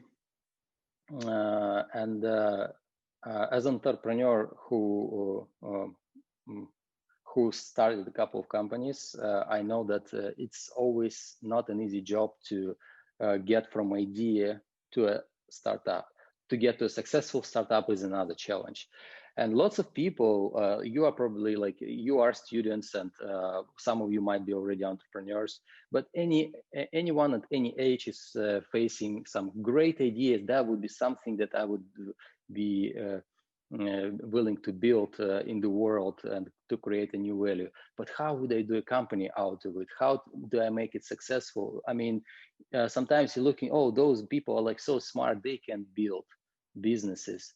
But can I? And of course you can. Everyone can. And there is a simple algorithm of steps you just got to do in order for you to start a successful startup from your idea. Quickly about our community, a few words. I'm the founder of Go Global World community. Also, I'm a partner at GSD Venture Studios, where we take companies from CIS, Russia, and other regions to the United States to start to use the United States as a port to the rest of the world.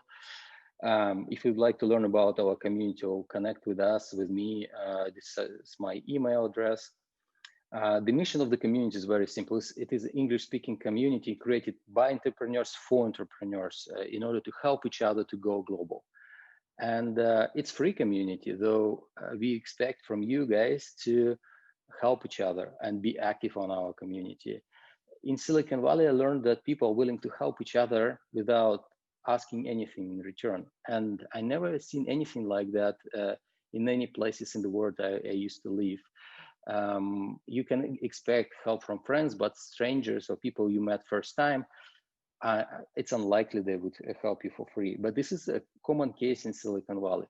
And this is the case in our community. So if you would like to benefit from our global network, our global connections, you need to be active on our community and help first. This is our global team, where we are presented in over 30 countries. We have like almost 40 people on the team. And what they do, they are just those people who are willing to help you to enter their markets. They will give you help with connections, with expertise, with some advice, and etc. Wherever it is necessary for you to take your company to the next step. Of course, in what's in their resources, and it's all. And this is just the team. Our community is 1,500, like 1,500 plus members, the founders from around the world who are willing to help other founders to get to global markets. And so you may join, and by being member, helping each other, you will be able to build your international network of people and building a global company. And we also have international partners like GSD Venture Studios. Derek was from GSD as one of the co-founders, Gary Fowler as well. High School of Economics, the great partner we have, and we are hosting this conference together. The MindHive, one of the like top communities in Australia, and Bruce was speaking today as a founder of that community. We are partners of Skolkovo Technopark, Moscow School of Management, Rusbase. Rusbase, by the way, wrote an article about us that's recommending everyone to enter in order for you to scale globally. Access Innovations in Australia, IB Consultant in the United States, IT Park in Uzbekistan, Expert Dojo in Los Angeles, that's a kind of accelerator, Collaborativa, Adventureland, Visionaries, Startup News in India, Youth Entrepreneurship, and Amber Riddle from Florida, United States. I believe that knowledge about how to start companies has to be equally accessible and free for entrepreneurs who are willing to create value in the world. For that reason, I use my own network in Silicon Valley to bring the best speakers from that region and globally, so you can benefit with the latest knowledge and entrepreneurship and get it for free. And also be able to network with those speakers. Recently, we had like tons of great speakers like Bob Dorff, Ilya Stribulaev, like Steve Hoffman, Ben Kaplan, Bill Reichert, and etc. Those people are very like hard to get people, I would say, and they are very kind to participate in our community, to just share the knowledge, to help entrepreneurs wherever you are move to the next step, to build real value for your customers and scale it globally. I mean, this is how the world should operate. I mean, this is how creates the global economy, by creating real value. And these people are sharing their latest expertise. How to join the community is very simple. You go on our website and register there. You also find our social media like Facebook, Go Global World, like Telegram, Go Global World, and LinkedIn, the same name. It's a page, and we also have a global chat, which is called Go Global World Chat. And joining there, you already can start communicating with international entrepreneurs, helping them or get help from them, and be updated about our community activities, community events, where you can participate at no cost, but you need to be active. And this is how you build your international network. And this is a small surprise I'm announcing right now as a benefit for students at High School of Economics. And as a benefit for our community, you would be the first people to use our Telegram bot in order to randomly connect with people from different countries on the community. So the intention of this bot to randomly find 2 people once a week, so you guys can connect and increase your network globally. So for example, you're in Russia, you might be connected from someone from Australia. Next week, you would be able to be, the system might connect you with someone from the United States. And these people could help you with your needs, and you can help them with their needs. And who knows where it will take you, but this is what you can find in our community. So find it, Go Global World bot on Telegram, or just scan this QR code and enjoy. I'd be happy to see you and connect with you there. Another thing, let's start and get back to our presentation. So from idea to a successful startup, how would you start a company when you have an idea? Well, it's a good question to answer for many of those who are in the beginning of their entrepreneurship journey. And to be brief, these are the main steps I believe are important for you to do in order for you to get from your idea to a successful startup. Let's get to every step and discuss it separately so you guys can learn more about that. And while I'm talking, please ask your questions here in the YouTube chat, so I'll be happy to answer them right after the presentation. Let's start from the beginning. Once you have an idea and you truly believe in your idea and you're truly passionate about that idea, not because this idea can, like, you can buy something and sell it like a little with your markup, like and make this margin difference, but you truly need to be into this. You need to, this thing that you have idea about it, you have to feel the problem you're trying to solve with your idea. And you probably might be having an issue with that problem yourself. So it's like really bothering you.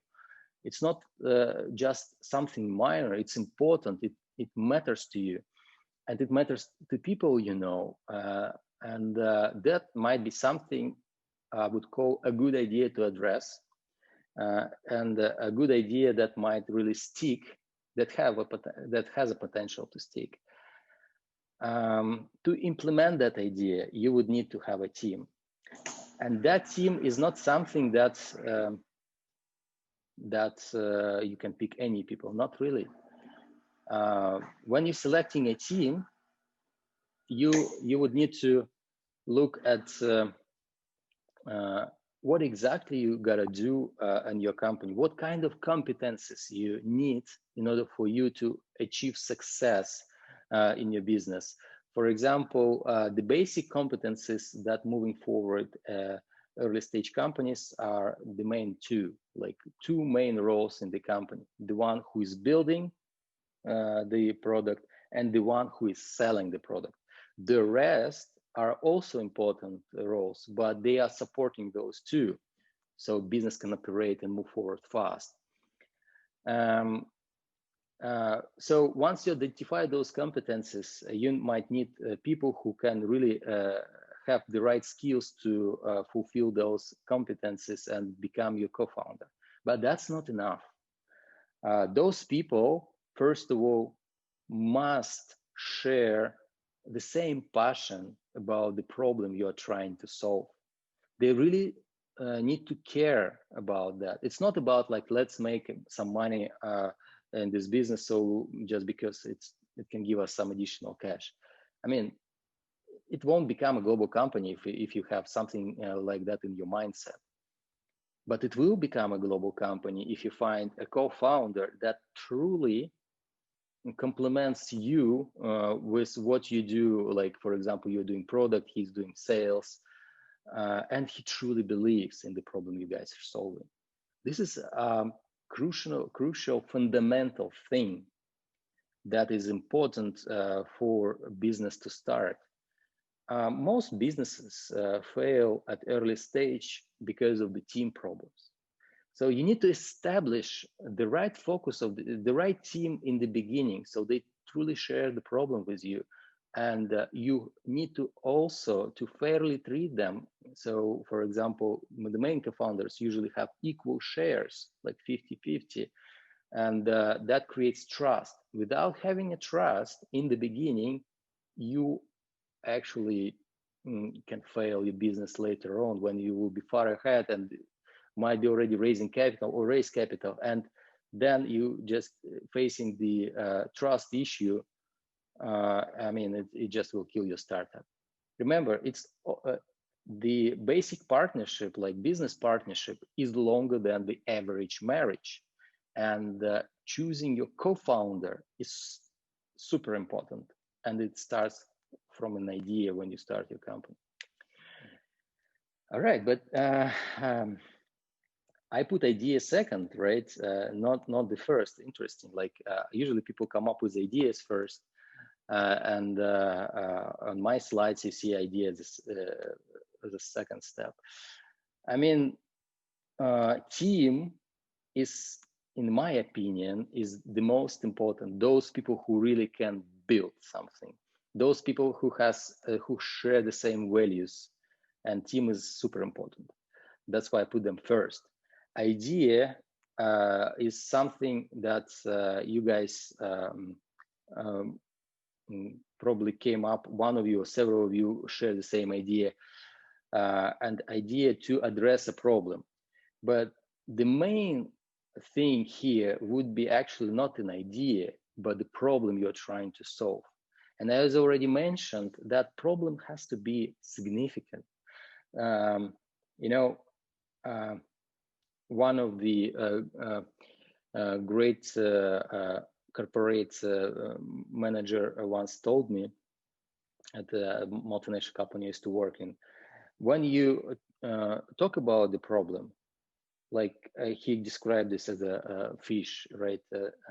Put this smelly fish on the table, like so that means like identify this problem as like the significant, the most significant pain of this problem, and it has to be really significant not only for you but for other people, for your team, for your future customers, and then it will take your business forward, because it's not like nice to have some average problem that nobody cares about, but people really care. And then the solution that you would provide, you don't have to sell it.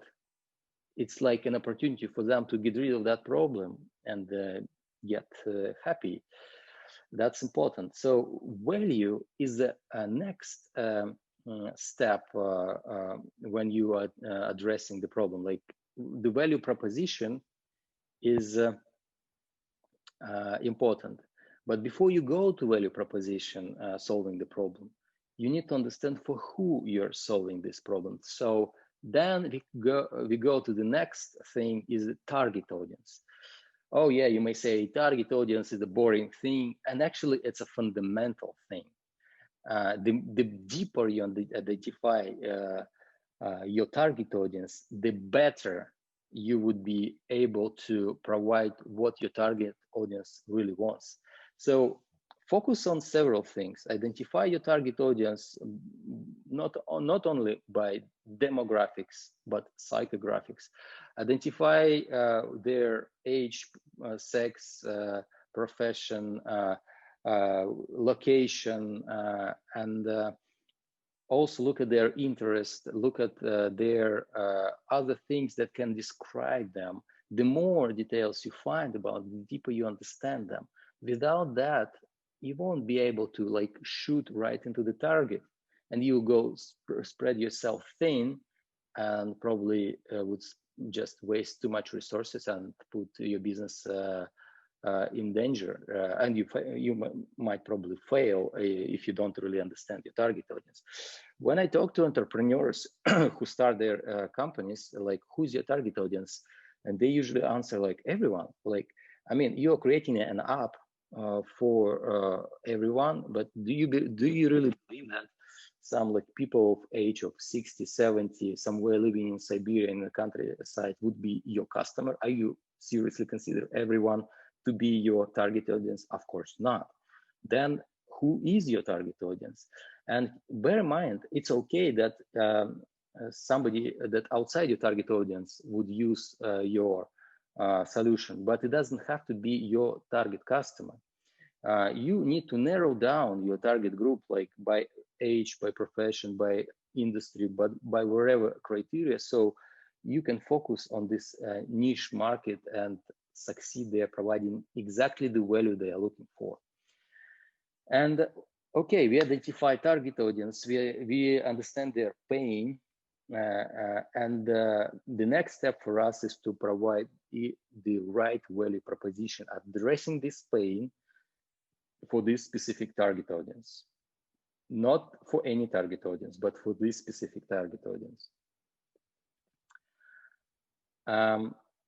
All right, so we have value proposition, we identify the pain, target audience, and probably we already can start the business, but in fact, now you also need to do some homework and understand your competition.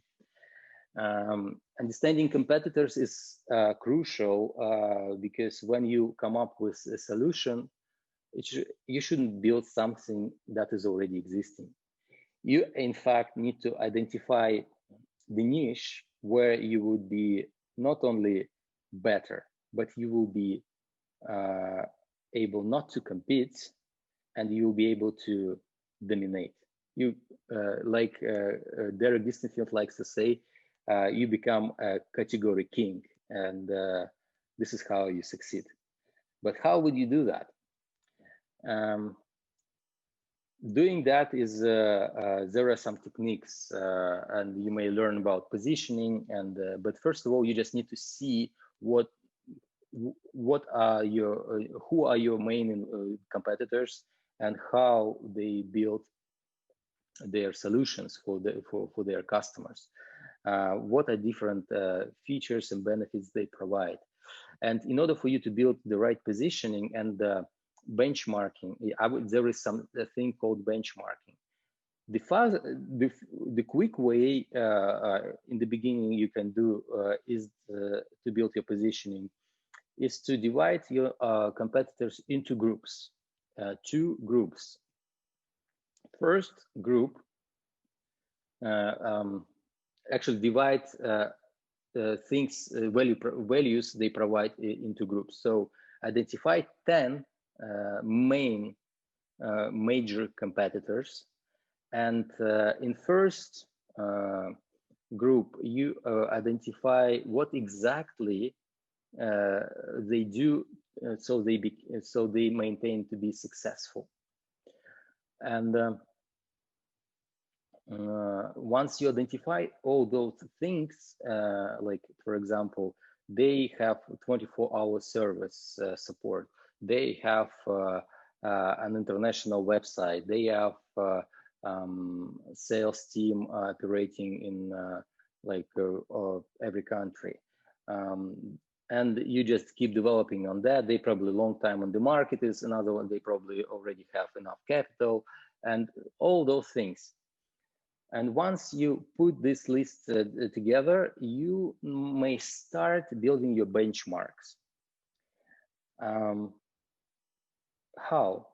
Very simple. You just select those things from the list that you can address already now, and you can be relevant to the market as your competitors. Of course, you cannot address things like having enough capital. Of course, you cannot do have a team in every country around the world, but you can identify some of the things where you already can be relevant to the market and equal to your competitors, so your product or your value proposition can address them. This is how you become relevant to the market using that benchmarks. But how to be different, differentiate from your competitors, so your product is not considered as the same as your competitors do, and you create your own niche. So you create another list next to that one, and you identify for every competitor those things where they fail in front of your target audience. So they probably fail good customer support, and they don't have 24-hour support, and you may do. They don't work they don't provide like specific requests the customers are trying to ask. They are not efficient in providing something or doing something. So you just create what they don't do, where they fail, what customers complain about, and this is the exactly area where you have your golden opportunity. That's identifying that would make you different from your competitors. And now, look, you understand your top competitors, and you understand what makes them successful and what makes them where they fail. And where they fail, you turn those things into your advantages, and you deliver that value for your customers. And altogether, this creates your new niche where you are not really competing with your competitors. You actually work in the other niche where you are dominating since the beginning, becoming the first in that specific niche for this specific target audience. And this will move your business forward really fast. All right, we identify target audience, the problem, the solution. We also have competitors list. We build positioning, and now we probably want to move forward, but we still can't. We need to understand. We need to make sure that the market that we are going to is significant enough. So you probably identified the problem, but if the market is very narrow, like nobody. For example, look at the market of smartphones in early 2000s. It was so narrow, companies were trying to create something, but they couldn't. When you start too early, sometimes the market is still so small, and you either would have to develop the entire market, or you would need to change to make sure that this market has enough capital so you can go after your customers and they would be willing to buy your service or product. So the size of the market is super important. Once you identified your target audience, competitors, and solution, you still have a lot of things to do. And the first one and the most important one is to be connected with your target audience. So you would have to do your customer development interviews, and which means that you have to validate your idea. You have to validate with your customers your solution, the pain you identify. Do you really have this pain? Like, you really need to ask them. And it's not like you sending the survey, fill it out for me. You need to meet with your target audience. You need to actually make sure that the hypothesis you have is exactly what your target audience wants. And the surprise here is that actually every time you do an interview with your customers, you'll find so many things you never knew, and your product might change since the beginning. So your customers will tell you what they really want, and these interviews are the source for the best information for your business to actually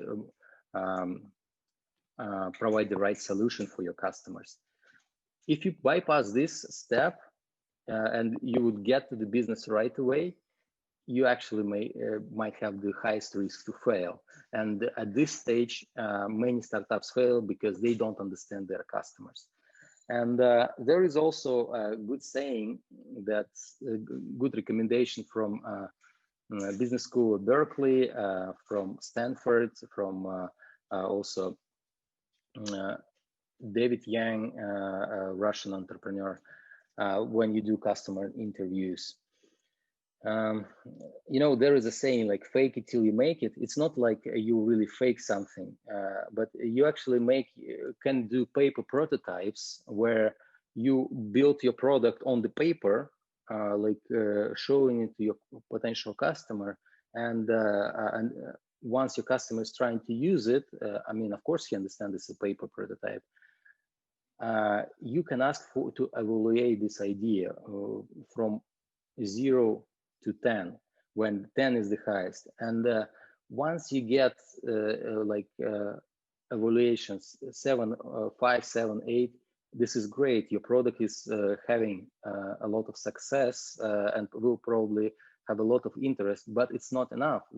The market is saying to you that you probably would have some obstacles on your road in order for you to succeed.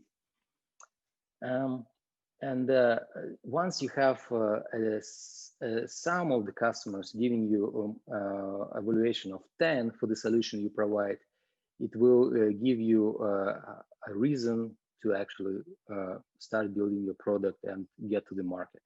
Because this is probably the best source of information for you to fix your problems, fix things in your solutions before you provide your offering to the market. And this fixing those things I would call pivot.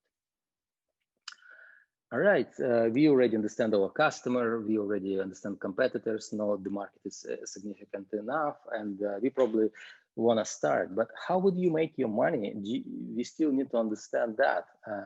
And here it's important to build your business model. How would you make money? There are many different business models. You can do SaaS model, you can do subscription service, you can sell by units, or you can find a combination of different types of business models with your customers. One of the best tools I would recommend to use is the business model canvas. You can Google it and find it really easy. So it actually structures on one page your main questions you need to answer. And in fact, you would need to really understand who are your main customers, what's your value proposition, what's your strategic partners who are letting you enter the market faster and can help you to open some doors that you cannot open yourself.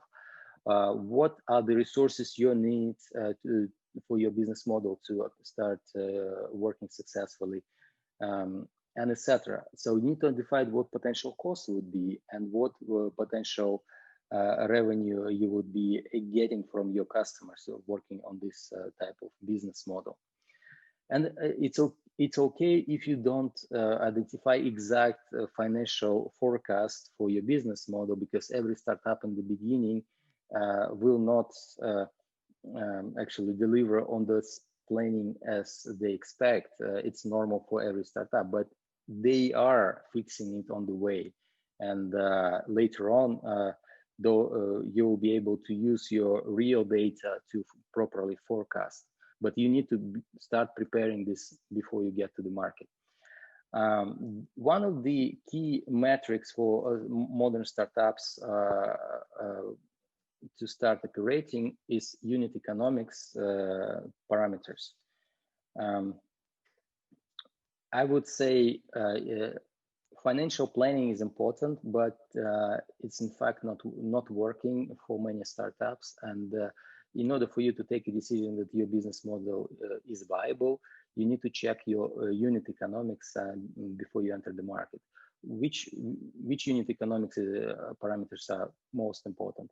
First of all, you need to test your market. Like, for example, with Facebook, Google Ads, at what cost you acquire one customer. So customer acquisition cost.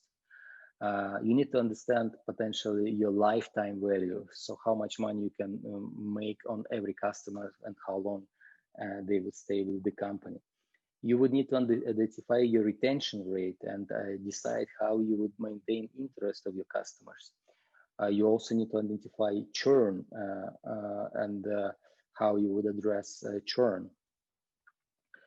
All those parameters are basic for every company, and it's easy to Google it and identify how to use these metrics for any company. All right, we already identified unit economics, build a business model, and probably what would be probably we can start operating, but in fact, without strategy, you can't. You really need to know where you're going, and being a leader in the company, you would need to transmit this kind of thing to your organization. And strategy, there are three strategies for startup you might think of in the beginning. The first one would be go-to-market strategy, which is consists of many steps we already discussed. This is how you win the hearts and minds of your customers. You need to identify your target audience, the pain, the solution, and the markets you are going to, how you would promote your solution, how you get your first customers, what would be your message to the market, and many things that can be put into go-to-market strategy, like strategic partners, for example, and so on. So just if you would like to elaborate on go-to-market strategy, we can make a separate talk or probably a masterclass. What is your go global strategy, right? I mean, we used to building businesses in our own countries, which is good. But in fact, for startups, one country is not enough. The technology that you guys create sometimes doesn't have enough market for your technology. And usually you have to enter the largest markets like United States, Canada, or Europe, or China, just to get enough customers that can pay for your service. But also it's important that you can access global capital. Raising capital in your country usually can cost you a lot of equity and a lot of control.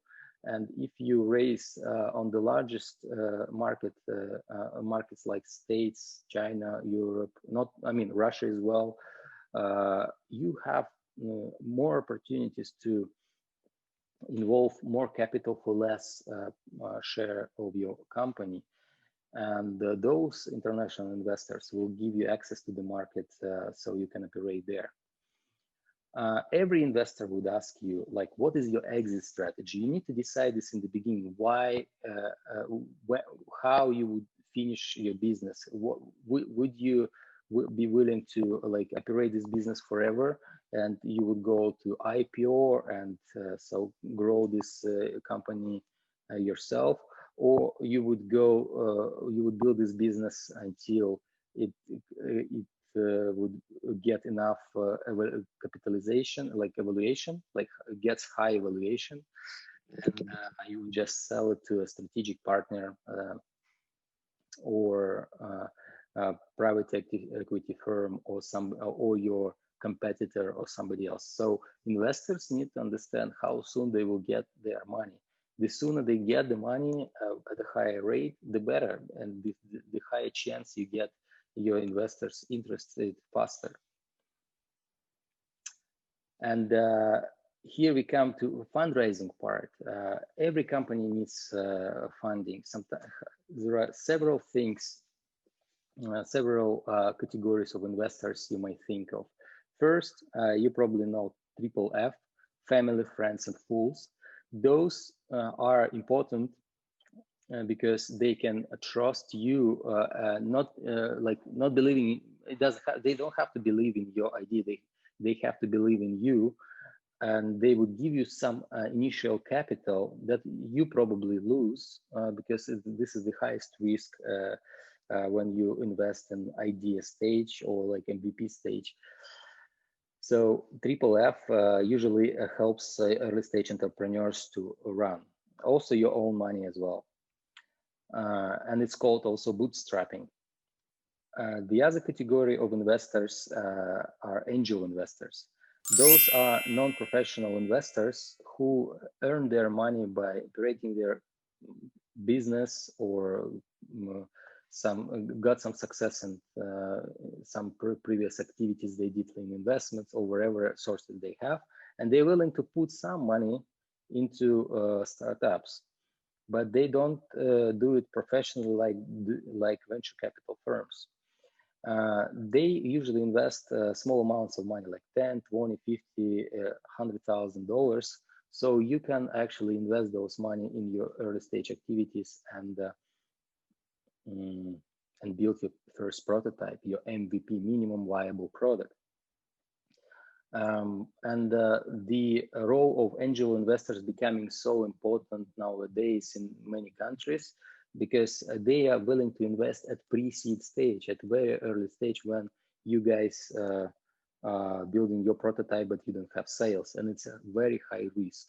That's why those investors need to have at least 10 companies they invested. So they usually 9 of their companies by statistics would fail, but one will have a high likelihood to succeed and overpay for all the costs for all the companies they invested and get some markup on top. And the last group of investors, venture capital firms, they usually invest in startups at the stage of seed and round A or later. They don't take as much risk as angel investors, but they still take much more risks like any traditional financial institutions like banks.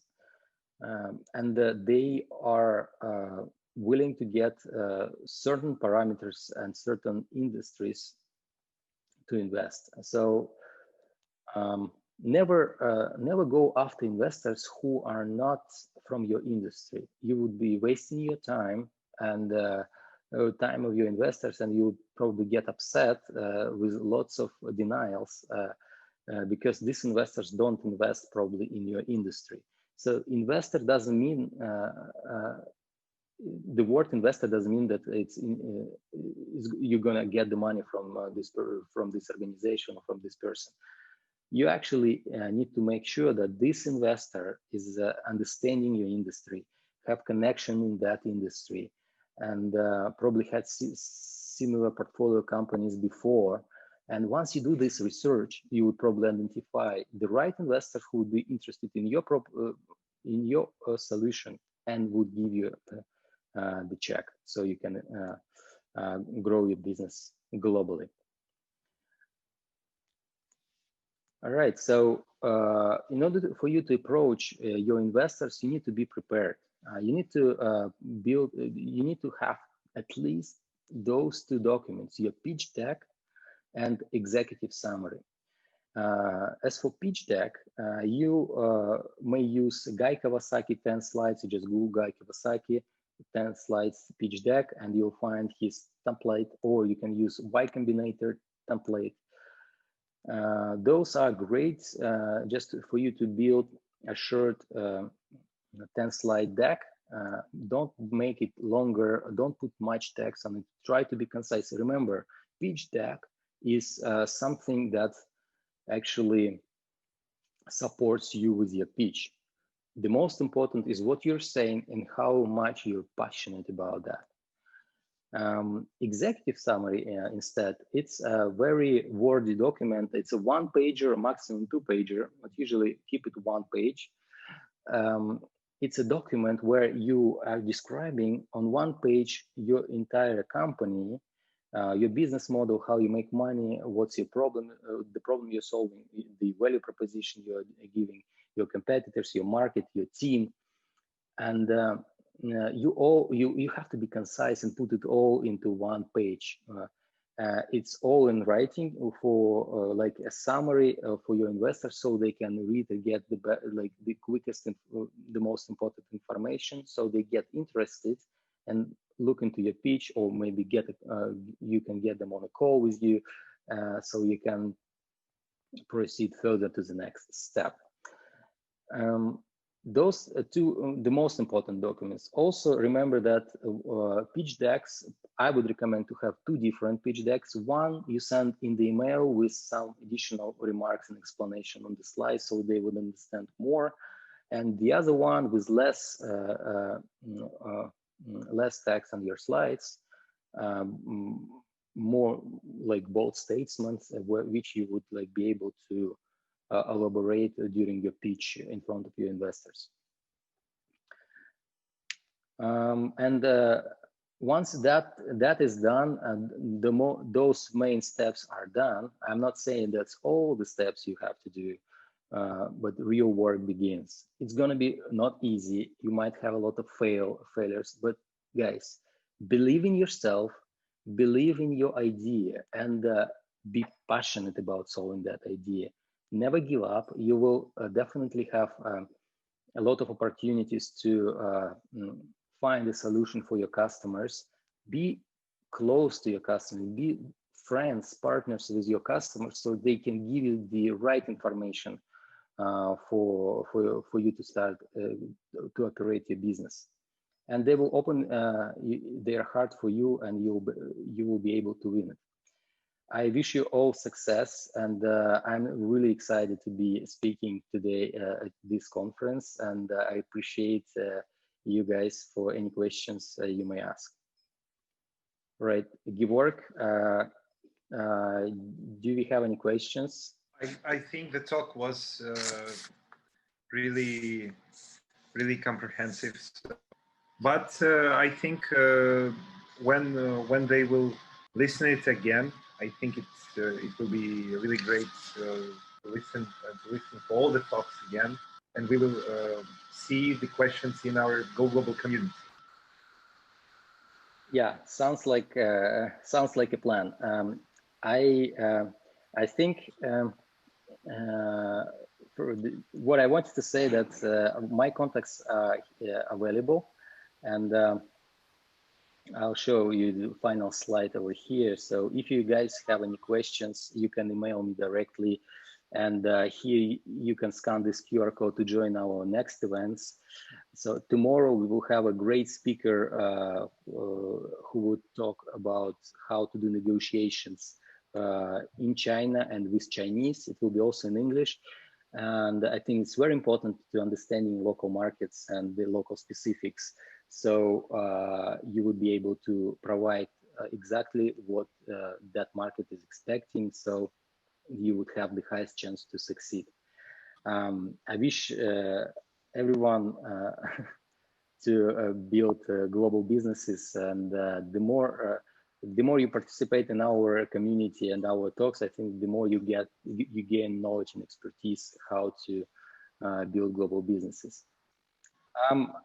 Georg, I think we can begin closing the session, and I would let you close your part, and I also have some final words as well. Yeah, I think we're up to a great start here with this amazing partnership with the Institute of Legal Management and the Go Global World Community.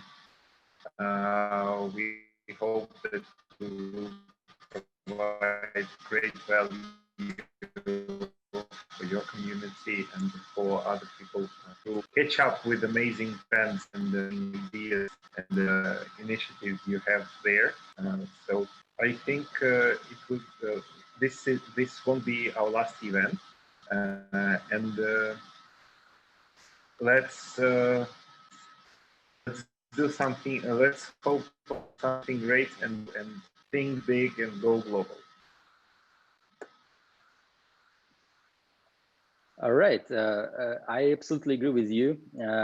On my end, as the founder of the Go Global community, Go Global World community, I just appreciate such a great partnership we have with High School of Economics, and I'm really excited that Institute of Legal Management invited us to host this conference for your students.